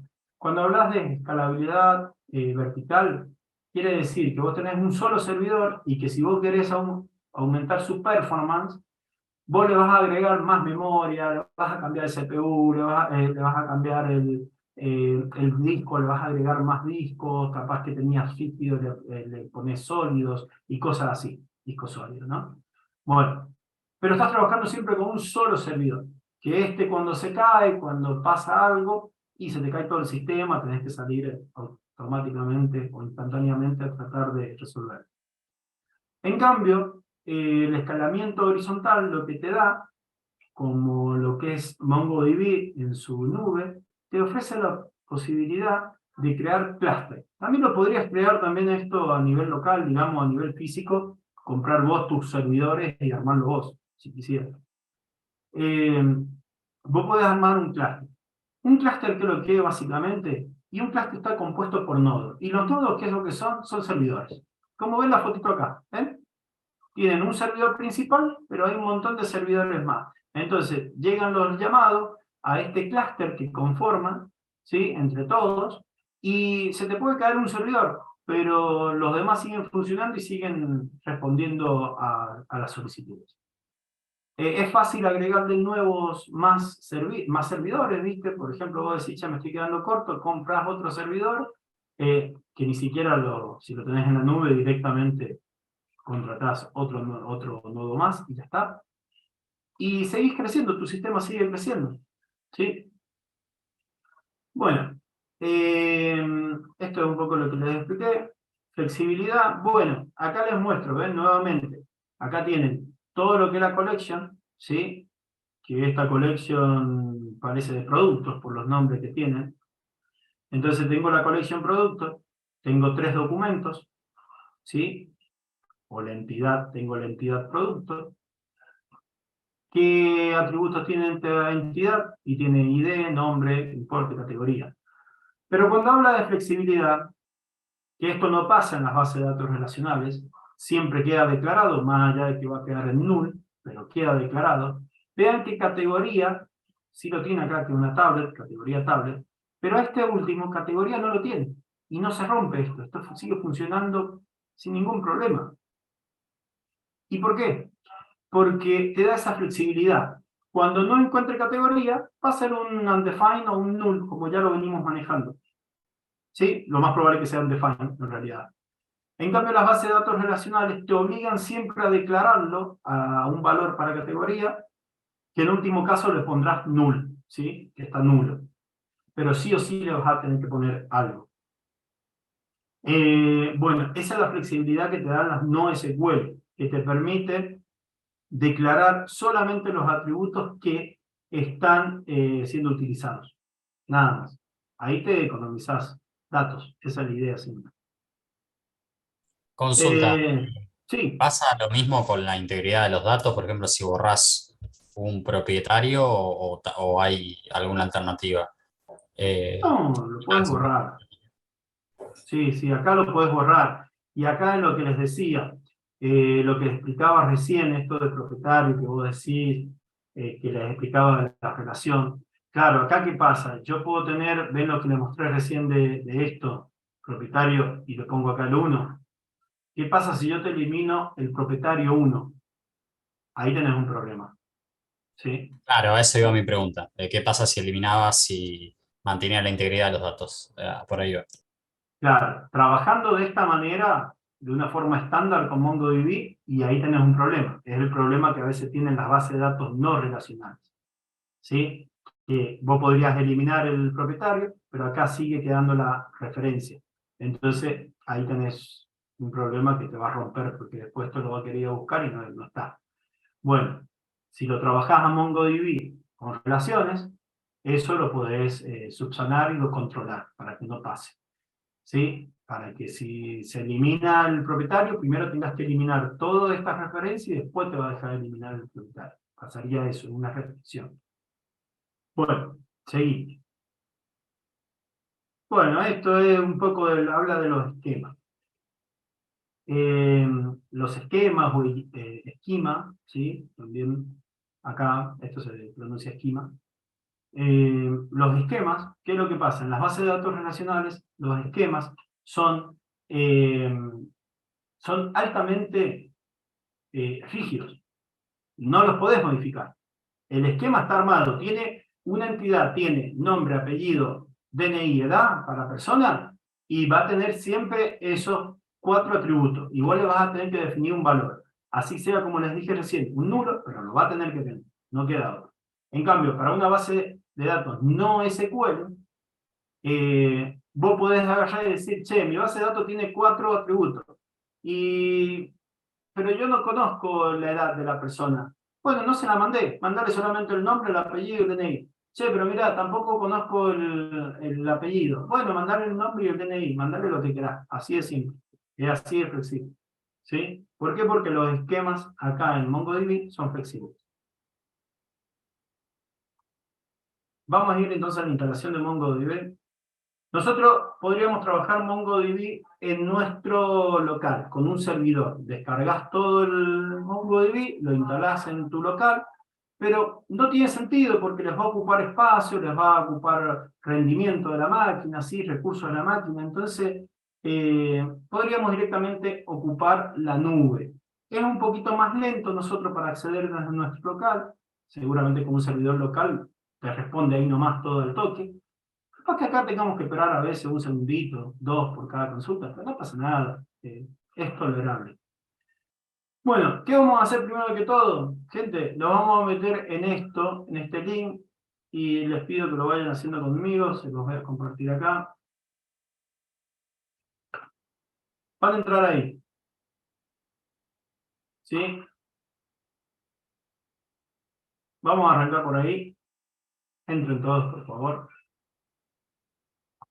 Acá después, nosotros vamos a agarrar y nos vamos a ir acá a sign in, ¿sí? Acá, ¿sí? Para entrar, ¿sí?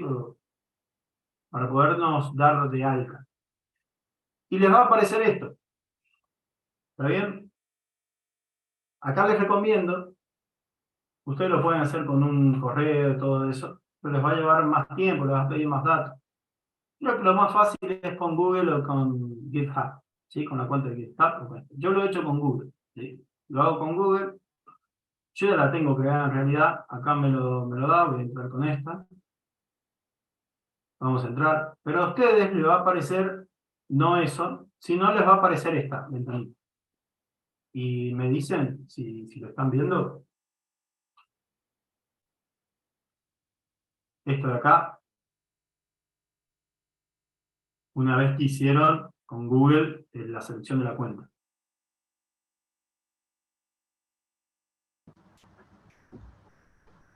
¿Miren?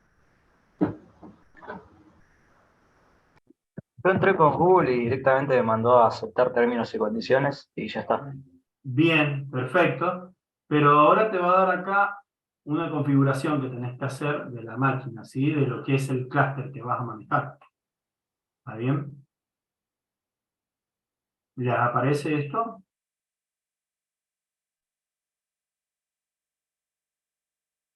¿No? A ver. Bueno, a ver. Denme un momento. Si no les está apareciendo A mí acá, sí, profe, a mí me aparece como tiene ahí. Ya está. es que debería aparecer, sí. A los que no le aparece, ¿tenían antes abierto algo con Mongo? ¿Se habían registrado antes con Mongo? Acá en MongoDB, porque quizás sea por eso. ¿No? Ah, bien. Bueno, lo podemos seguir siguiendo esto paso a paso, pero no se preocupen, si no aparece, lo podemos hacer de otra manera. Lo mismo, no hay problema. Bueno, acá ustedes deberían poner, les explico para los que sí le aparece y ya explico para el resto. Acá ustedes eligen acá username and password, dejen seleccionado, de hecho el tab ya viene preseleccionado. Acá pongan un nombre de usuario, pongan su nombre, su primer nombre, nada más. Juan, yo en mi caso puse Sergio, listo, ponen Sergio, nada más cortito, no le pongan más porque esto lo vamos a utilizar cada vez que nos queramos conectar. Entonces, no pueden poner cualquier cosa acá porque después no van a poder hacer. Entonces, acá ponen su nombre, primer nombre, nada más. Acá abajo, ven que les da esta clave ya por defecto que la ha generado. No la pongan así. Agarren, escriban, por ejemplo, yo les recomiendo que pongan esta clave así, se la escribo acá, porque esto es todo a fines prácticos, a menos que alguien tenga MongoDB esté utilizando en un entorno de producción. Ahí sí. Pero yo le pondría así, miren. Ahí les paso una clave que le pueden poner, para que todos más o menos tengamos la misma. Esa es la que yo uso. ¿Sí? Total, esto no tiene nada de otro mundo. Root 1, 2, 3, 4, 5, 6. Le puse eso. Entonces, esa la escriben acá abajo. Seguimos con la otra pantalla. Le va a aparecer esto que si lo querés usar de un entorno local o de otro entorno como puede ser, no sé, AWS, ¿sí? Otra nube. Bueno, no, lo vamos a usar de nuestro entorno local. Dejás este seleccionado. Acá abajo, lo que vamos a hacer, acá es muy importante esta parte, porque te deja entrar solamente con las IP que vos autorices. Entonces, acá lo que vamos a hacer para esta partecita, vamos a tocar este botón que dice, sí, agregar mi actual IP, ¿sí? Mi dirección IP. Le ponen y van a ver que acá se agregan unos numeritos, ¿sí? En la descripción seguramente va a quedar vacía, no pasa nada, pero se va a agregar con unos numeritos. Como está acá, así va a quedar, como esta parte. Listo, cuando esté eso hecho, continuamos. ¿Sí? Le damos Finish and Close. Y va a aparecer esto. Que es lo que yo tengo acá ya. Como yo ya estoy registrado, ¿ven? Es lo mismo. ¿Sí? Acá voy a agrandar esto. Ahí está. Así aparece. ¿Vamos? Ahora, todos los que ya le aparezca algo como esto, ¿sí? Estoy en Atlas, ¿está bien? Quizá no tengan este clúster acá. ¿Lo tienen a esto o no? ¿Les aparece?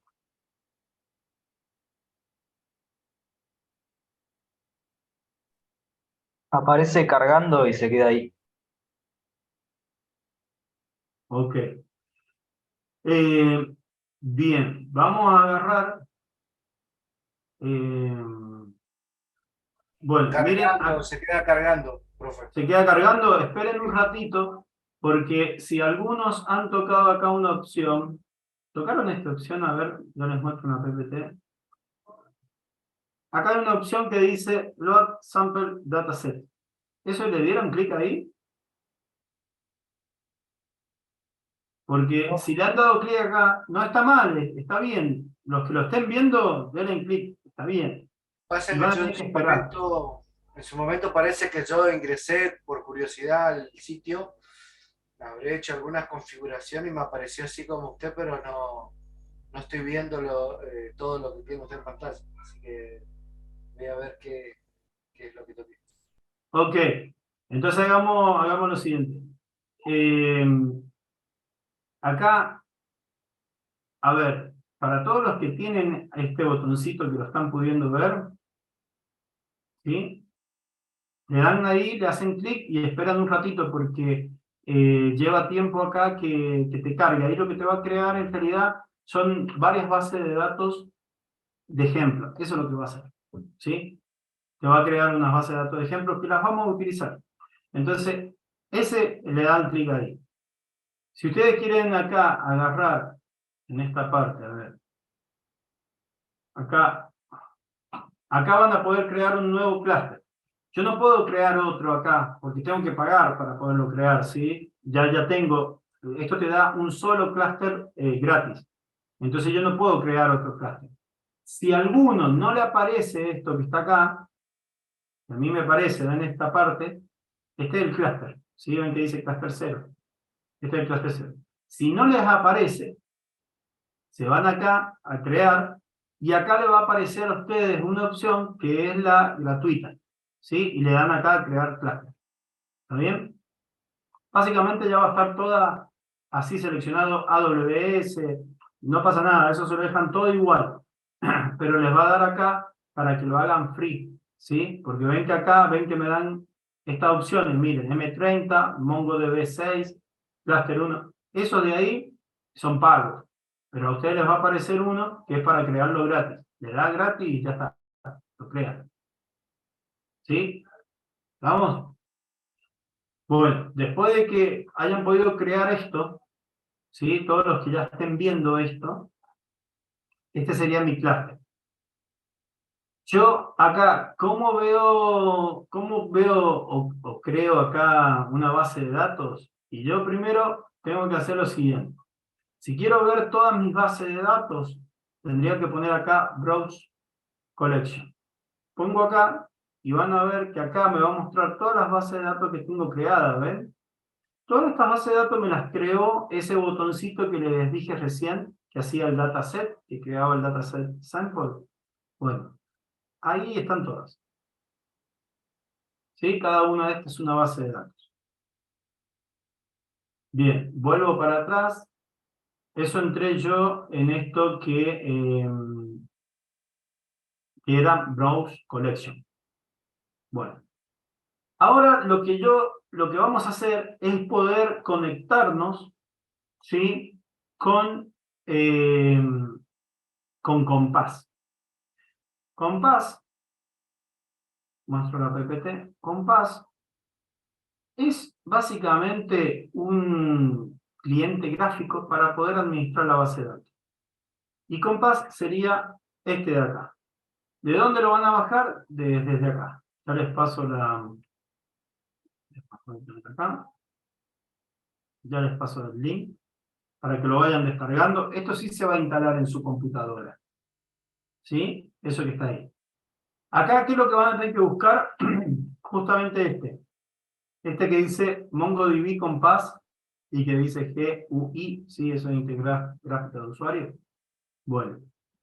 Eso que está ahí, van a venir acá, en esta partecita, y lo van a poner acá para su sistema operativo que tengan. Se van a bajar la versión correspondiente, ¿sí?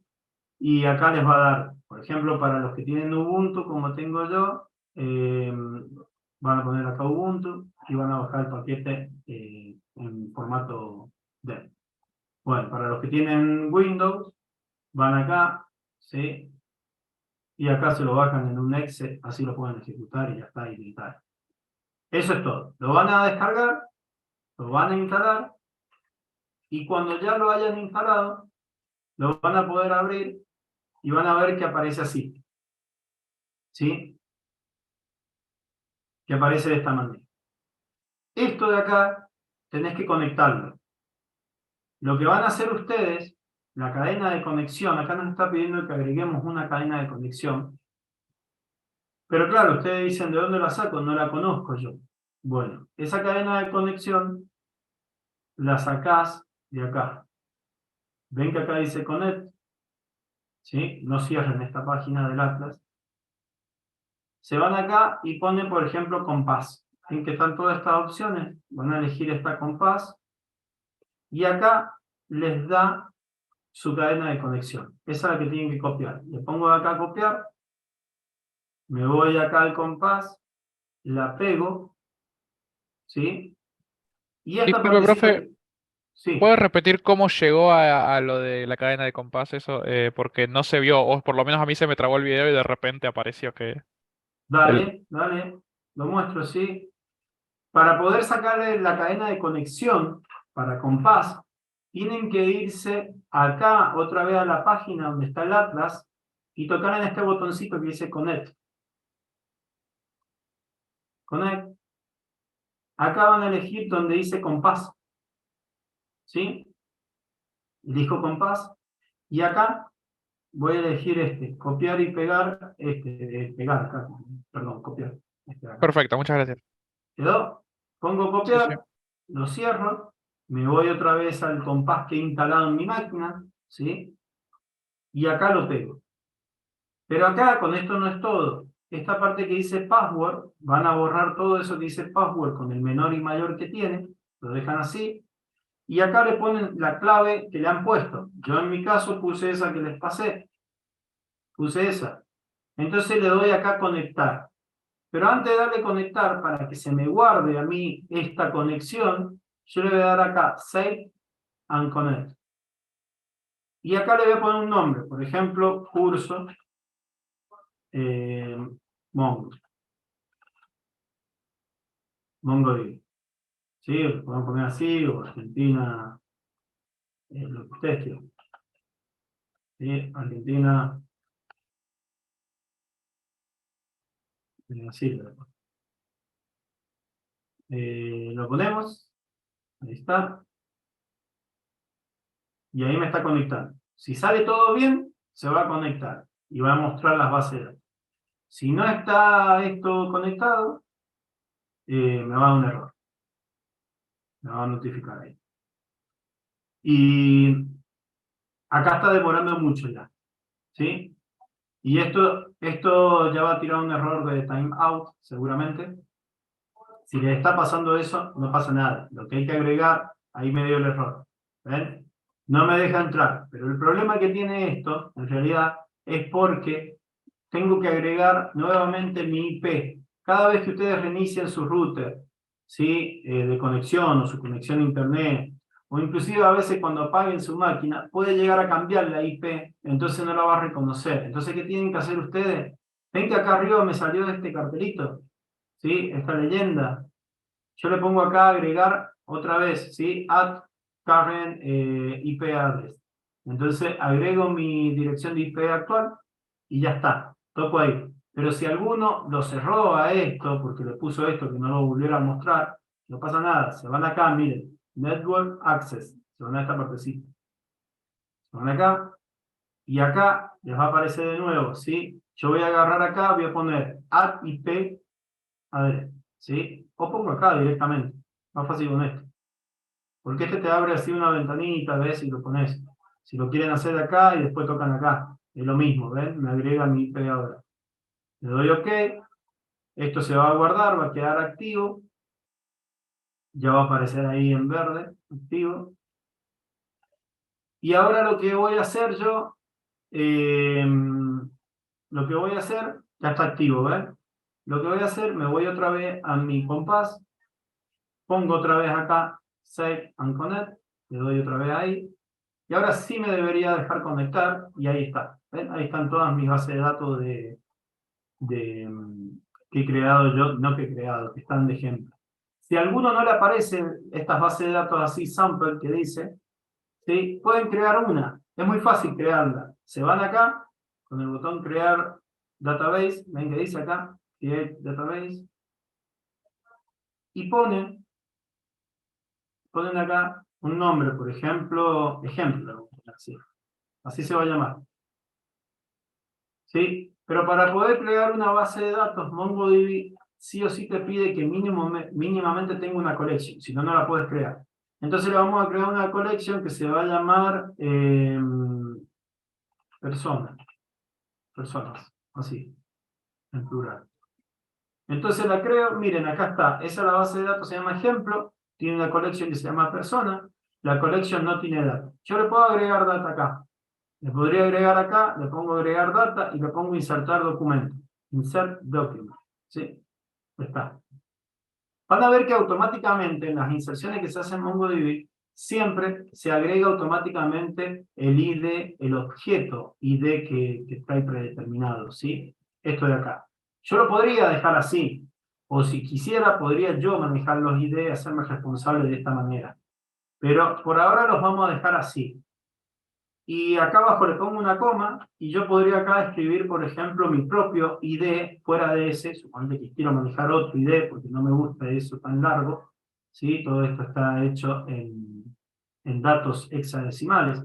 Entonces, si yo quiero manejar uno así, que sea más fácil, lo puedo manejar, y le pongo acá, por ejemplo, nombre, y acá va a ser Juan. Y no le voy a poner más atributos. Solamente eso. Le pongo insertar y vean que ahora yo acá veo, ¿ven? Ahí está, el ID del 1 es Juan. Ahí me lo ha creado. Esta es la collection, este es el documento, esta es la base de datos. Pero podríamos ver nosotros acá, por ejemplo, esta que dice sample mflix y ver movies. Y ven, me aparecen todo esto que están separados más o menos por este cart que está acá. Este panel, son documentos separados, ¿sí? Y quizá ahí se ve un poquito medio como complicado poder visualizar bien todos. Lo que pueden hacer es irse a esta partecita, ¿sí? Y va a ser mucho más amigable, mira. Ahora se ven como columnas y filas, entonces es más fácil así ver. ¿Sí? Si se quieren mover por acá y van viendo. Va a quedar mucho más práctico. Si no tienen los ejemplos, recuerden que lo tocan de acá, lo agregan. ¿Dónde está la PPT? Lo agregaban de acá, de este botoncito, que a mí ya no me aparece, de ese. Arriba de lo que es el cluster, le va a aparecer esta leyenda de sample dataset, ¿sí? Y eso te va a crear todos los ejemplos. Bueno, sigo acá con este. ¿Sí? Vuelvo acá a mi base de datos que he creado ejemplo, a personas, y yo acá lo que podría hacer, ven que ahí agregué uno, inserté un solo valor acá, bueno, un solo documento. Bueno, yo podría acá importar, ¿sí? Yo podría importar, y ¿saben qué? Yo podría importar de un JSON que haya creado. ¿Ven el archivito JSON que creamos en la clase pasada? De ahí voy a importar las cosas acá, miren. Me voy a ir acá, add data, import JSON, o también puedes importar de un CSV, que un CSV es como una planilla de Excel, muy parecida. ¿Sí? De esos dos puedes importar. Yo voy a importar de un JSON. Voy a hacer eso y se va a abrir acá. A ver, denme un momentito. A ver si puedo. Ahí está. ¿Se ve la ventana de arriba así, no? ¿Se ve acá el explorador? Sí, genial.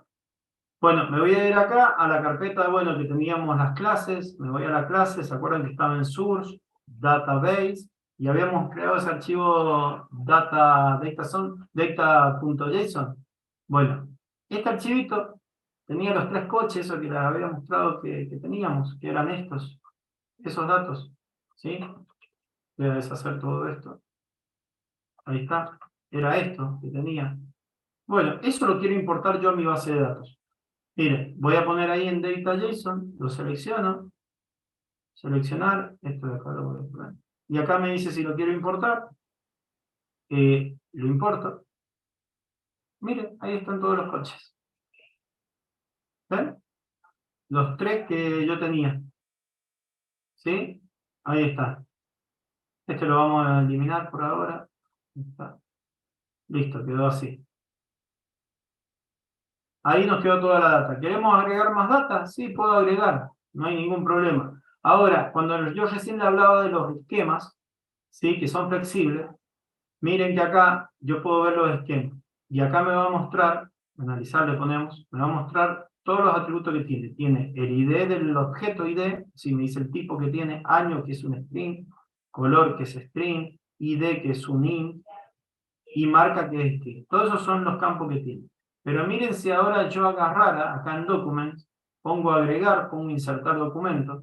Yo acá podría agregar otro, pero yo solamente conozco la marca del coche nada más, no conozco más nada. Entonces yo podría agregar acá otro, que solamente tenga la marca y que diga acá Chevrolet. ¿Sí?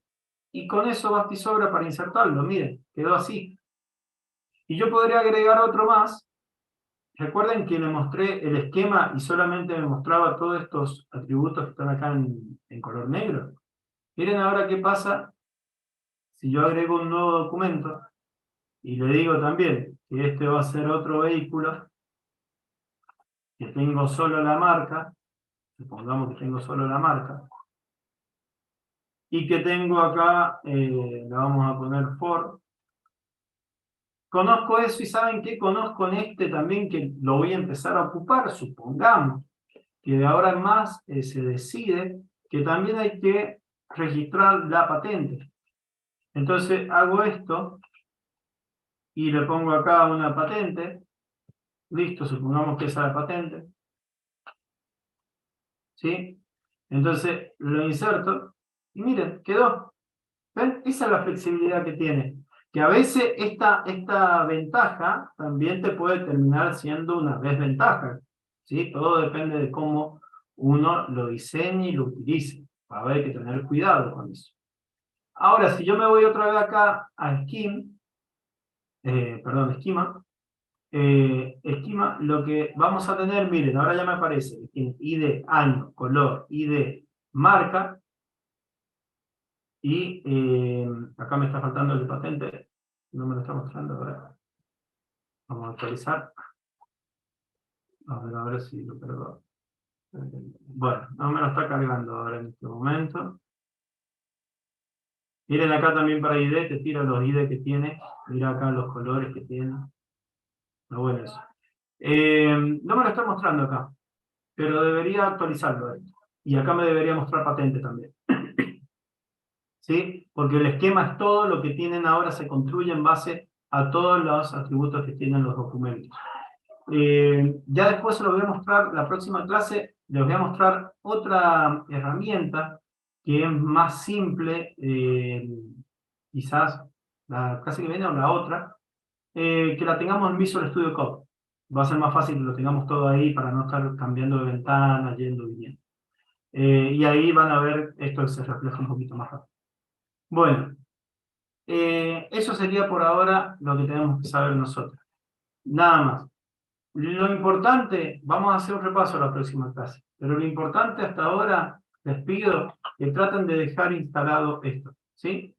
Traten de dejar todo lo que es MongoDB, lo que es acá Compass funcionando, ¿sí? Eso es lo que una necesito. preguntita? Sí. Antes de perder, o sea, ahí por ahí me perdí un poquito porque veníamos medio rápido, pero está bien igual. La consulta es si lo que hicimos ahí en el Atlas, en Mongo, es levantar un servidor bueno, en mi caso yo elegí el de Amazon, y después levantaste con Compass, o sea, creaste una base de datos de Mongo ahí con Compass. Eso fue lo que hicimos. Y esa base de datos está levantada en el servidor de Amazon. Sí, mira. Listo. Mirá No, acá también, o sea, hice la parte práctica, pero no quería perder el hilo y quería tener eso bien claro para no... O sea, porque de acá en adelante vamos a usar, imagino, esto todo el tiempo. Sí, sí. No, está muy bien la pregunta y te muestro. Está bueno para que se refleje eso. Pongo acá en Browse Collection y esto tiene que ser igual que lo que está en Compass, ¿sí? Es lo mismo, no puede ser diferente. O sea, ahí corroboramos que se conectó bien, digamos, Compass y Atlas ahí en Mongo. Sí, es que Compass no se te va a conectar si no pones bien la cadena de conexión. O sea, no te va a dejar hacer nada. Si vos acá con esto, desconectar voy a poner, si yo estoy acá, ¿viste? Acá yo la guardé. Ahora la ventaja que tengo es que ya no la tengo que volver a poner. Una vez que la conecté y la guardé, le puse un nombre, miren acá, ya me vengo acá, le doy conectar y no tengo que volver a copiar la cadena de conexión. Entonces acá Yo le doy ahora, si yo acá no se conecta, no voy a poder ver todo lo que estaba haciendo recién, lo de las bases de datos y todo ese tipo de cosas, ¿sí? No se va a poder hacer. Entonces, sí o sí te tenés que conectar. Una vez que vos te conectás, lo mismo que tenés en la nube, lo tenés ahí dentro de Compass. Es lo mismo. Un dato que vos cambies a nivel local va a impactar en la nube. Y lo que cambies en la nube va a impactar también a nivel local. Es lo mismo, estás hablando del mismo recurso. ¿Se entiende? Es por eso que acá, miren, ejemplos que le hemos creado, personas, eso es lo que hemos hecho. Y miren en la nube, acá está, ejemplos, personas, y ahí están los datos. Ahí estoy en la nube. ¿Ven que Compass es de acá de lo que es MongoDB? Por eso es casi igual el diseño. Y miren acá, tenía por acá una opción de vista. A ver, insertar. Bueno, no la tengo acá, la opción de vista. Acá en la que hicimos, esto es lo que les quería mostrar, que en esta que le hemos importado los datos nosotros, la podemos ver también así como tablas, y como columnas y filas. ¿Sí? Ahí está más fácil de ver, mucho más fácil. ¿Sí? Y miren que para estos que no le pusimos el ID, no le pusimos solamente teníamos Chevrolet, miren que dice acá, no field. ¿Sí? ¿Por qué? Porque no tiene el campo ese definido, sería un undefined, por así decir. Bueno, eso se ve igual. ¿Sí? Nos quedó igual. Eso quiere decir que yo con esta contraseña y agregando un IP de ustedes, por ejemplo, tranquilamente podrían entrar ustedes acá y también utilizar la misma base de datos. ¿Sí? Bueno, ¿preguntas?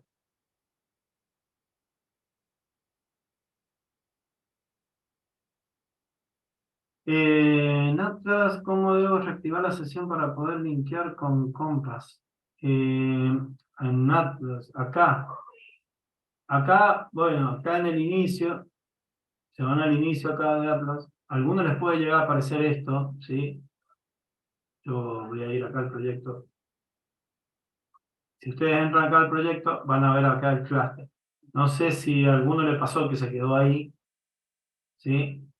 Si a alguno le pasó que quedó en esta pantallita y no le salía esta línea, ponen acá New Project y acá le ponen un nombre y crean un nuevo proyecto. A mí no me deja porque, como les dije, esto es gratuito y no te deja más que uno.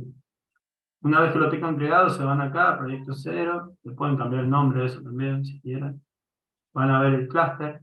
Y los datos de conexión que preguntabas, Adrián, están acá.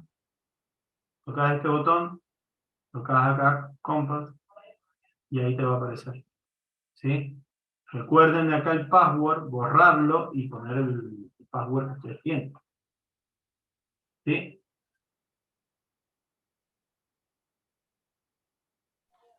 Sí, lo que me había sucedido, profe, era que creo que me pasó lo que usted había comentado, que se le había cerrado la sesión o se le había inactivado y tuvo que volver a reactivar el IP, si no me equivoco. Ajá, sí. Esa parte Sí. no vi cómo hizo y creo que El viene por IP, ahí. el IP te puede llegar a salir acá arriba una leyenda, ¿sí? Te puede llegar a salir y le das ahí que te detecta automáticamente tu IP, pero en el caso de que no lo tengan, se van acá a Network Access y acá le van a aparecer, ¿sí?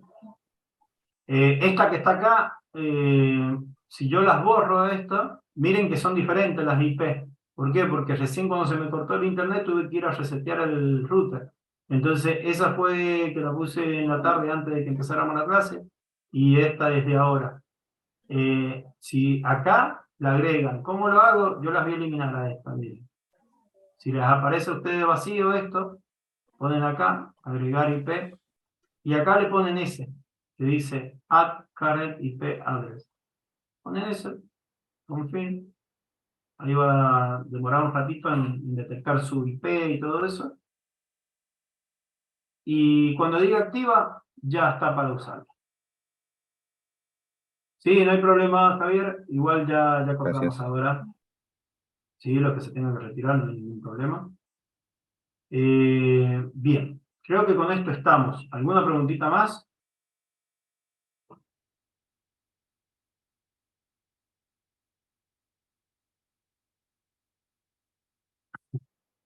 Bueno, lo importante, gente, es que la clase que viene tengan todos funcionando esto, ¿sí?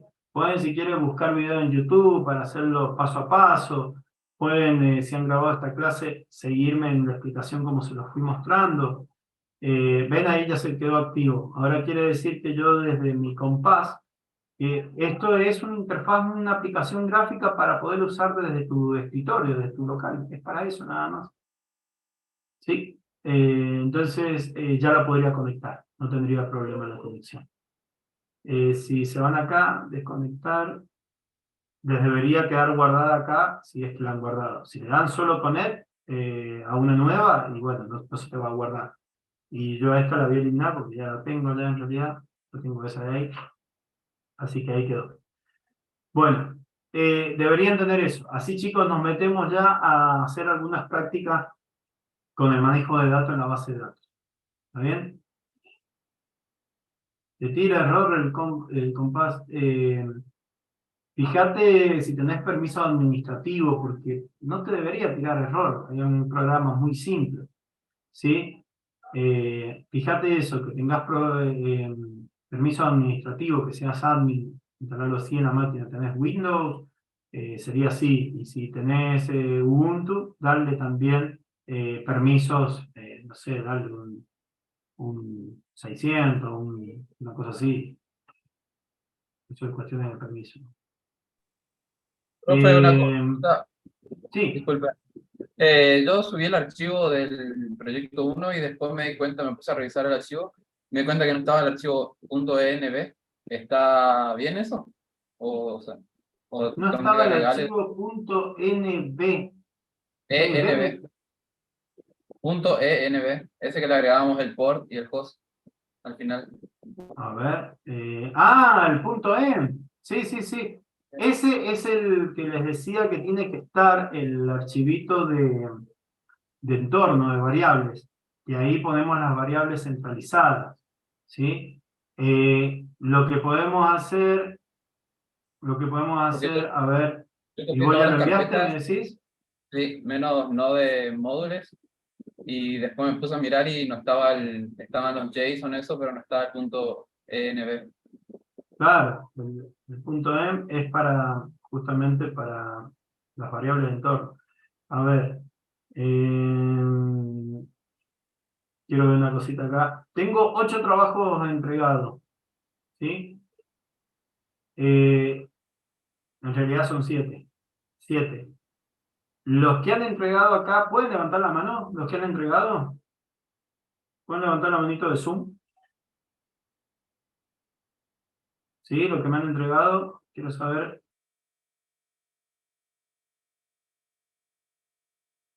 Tengo 2 nomás.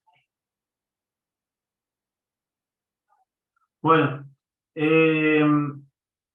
lo que yo puedo hacer acá es agarrar y eliminar su entrega.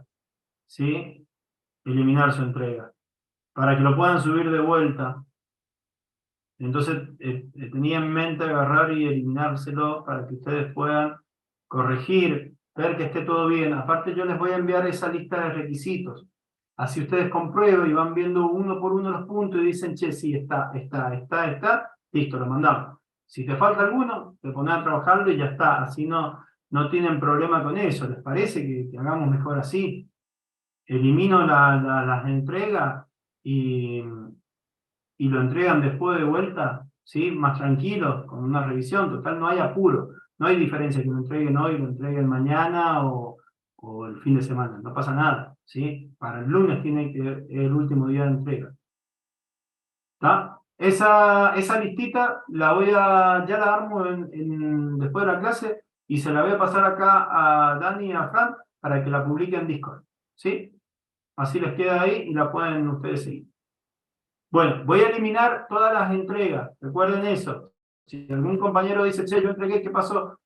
La hemos eliminado, cualquier cosa el miércoles la vuelven a subir. No pasa nada, es lo único que hay que hacer de vuelta. ¿Sí? ¿Hacemos así? Así todos podemos corroborar bien. Bueno, gente, eso es todo. No les quito más tiempo. Nos vemos la clase que viene. Espero que pasen buenas noches. ¿Sí? Hasta pronto.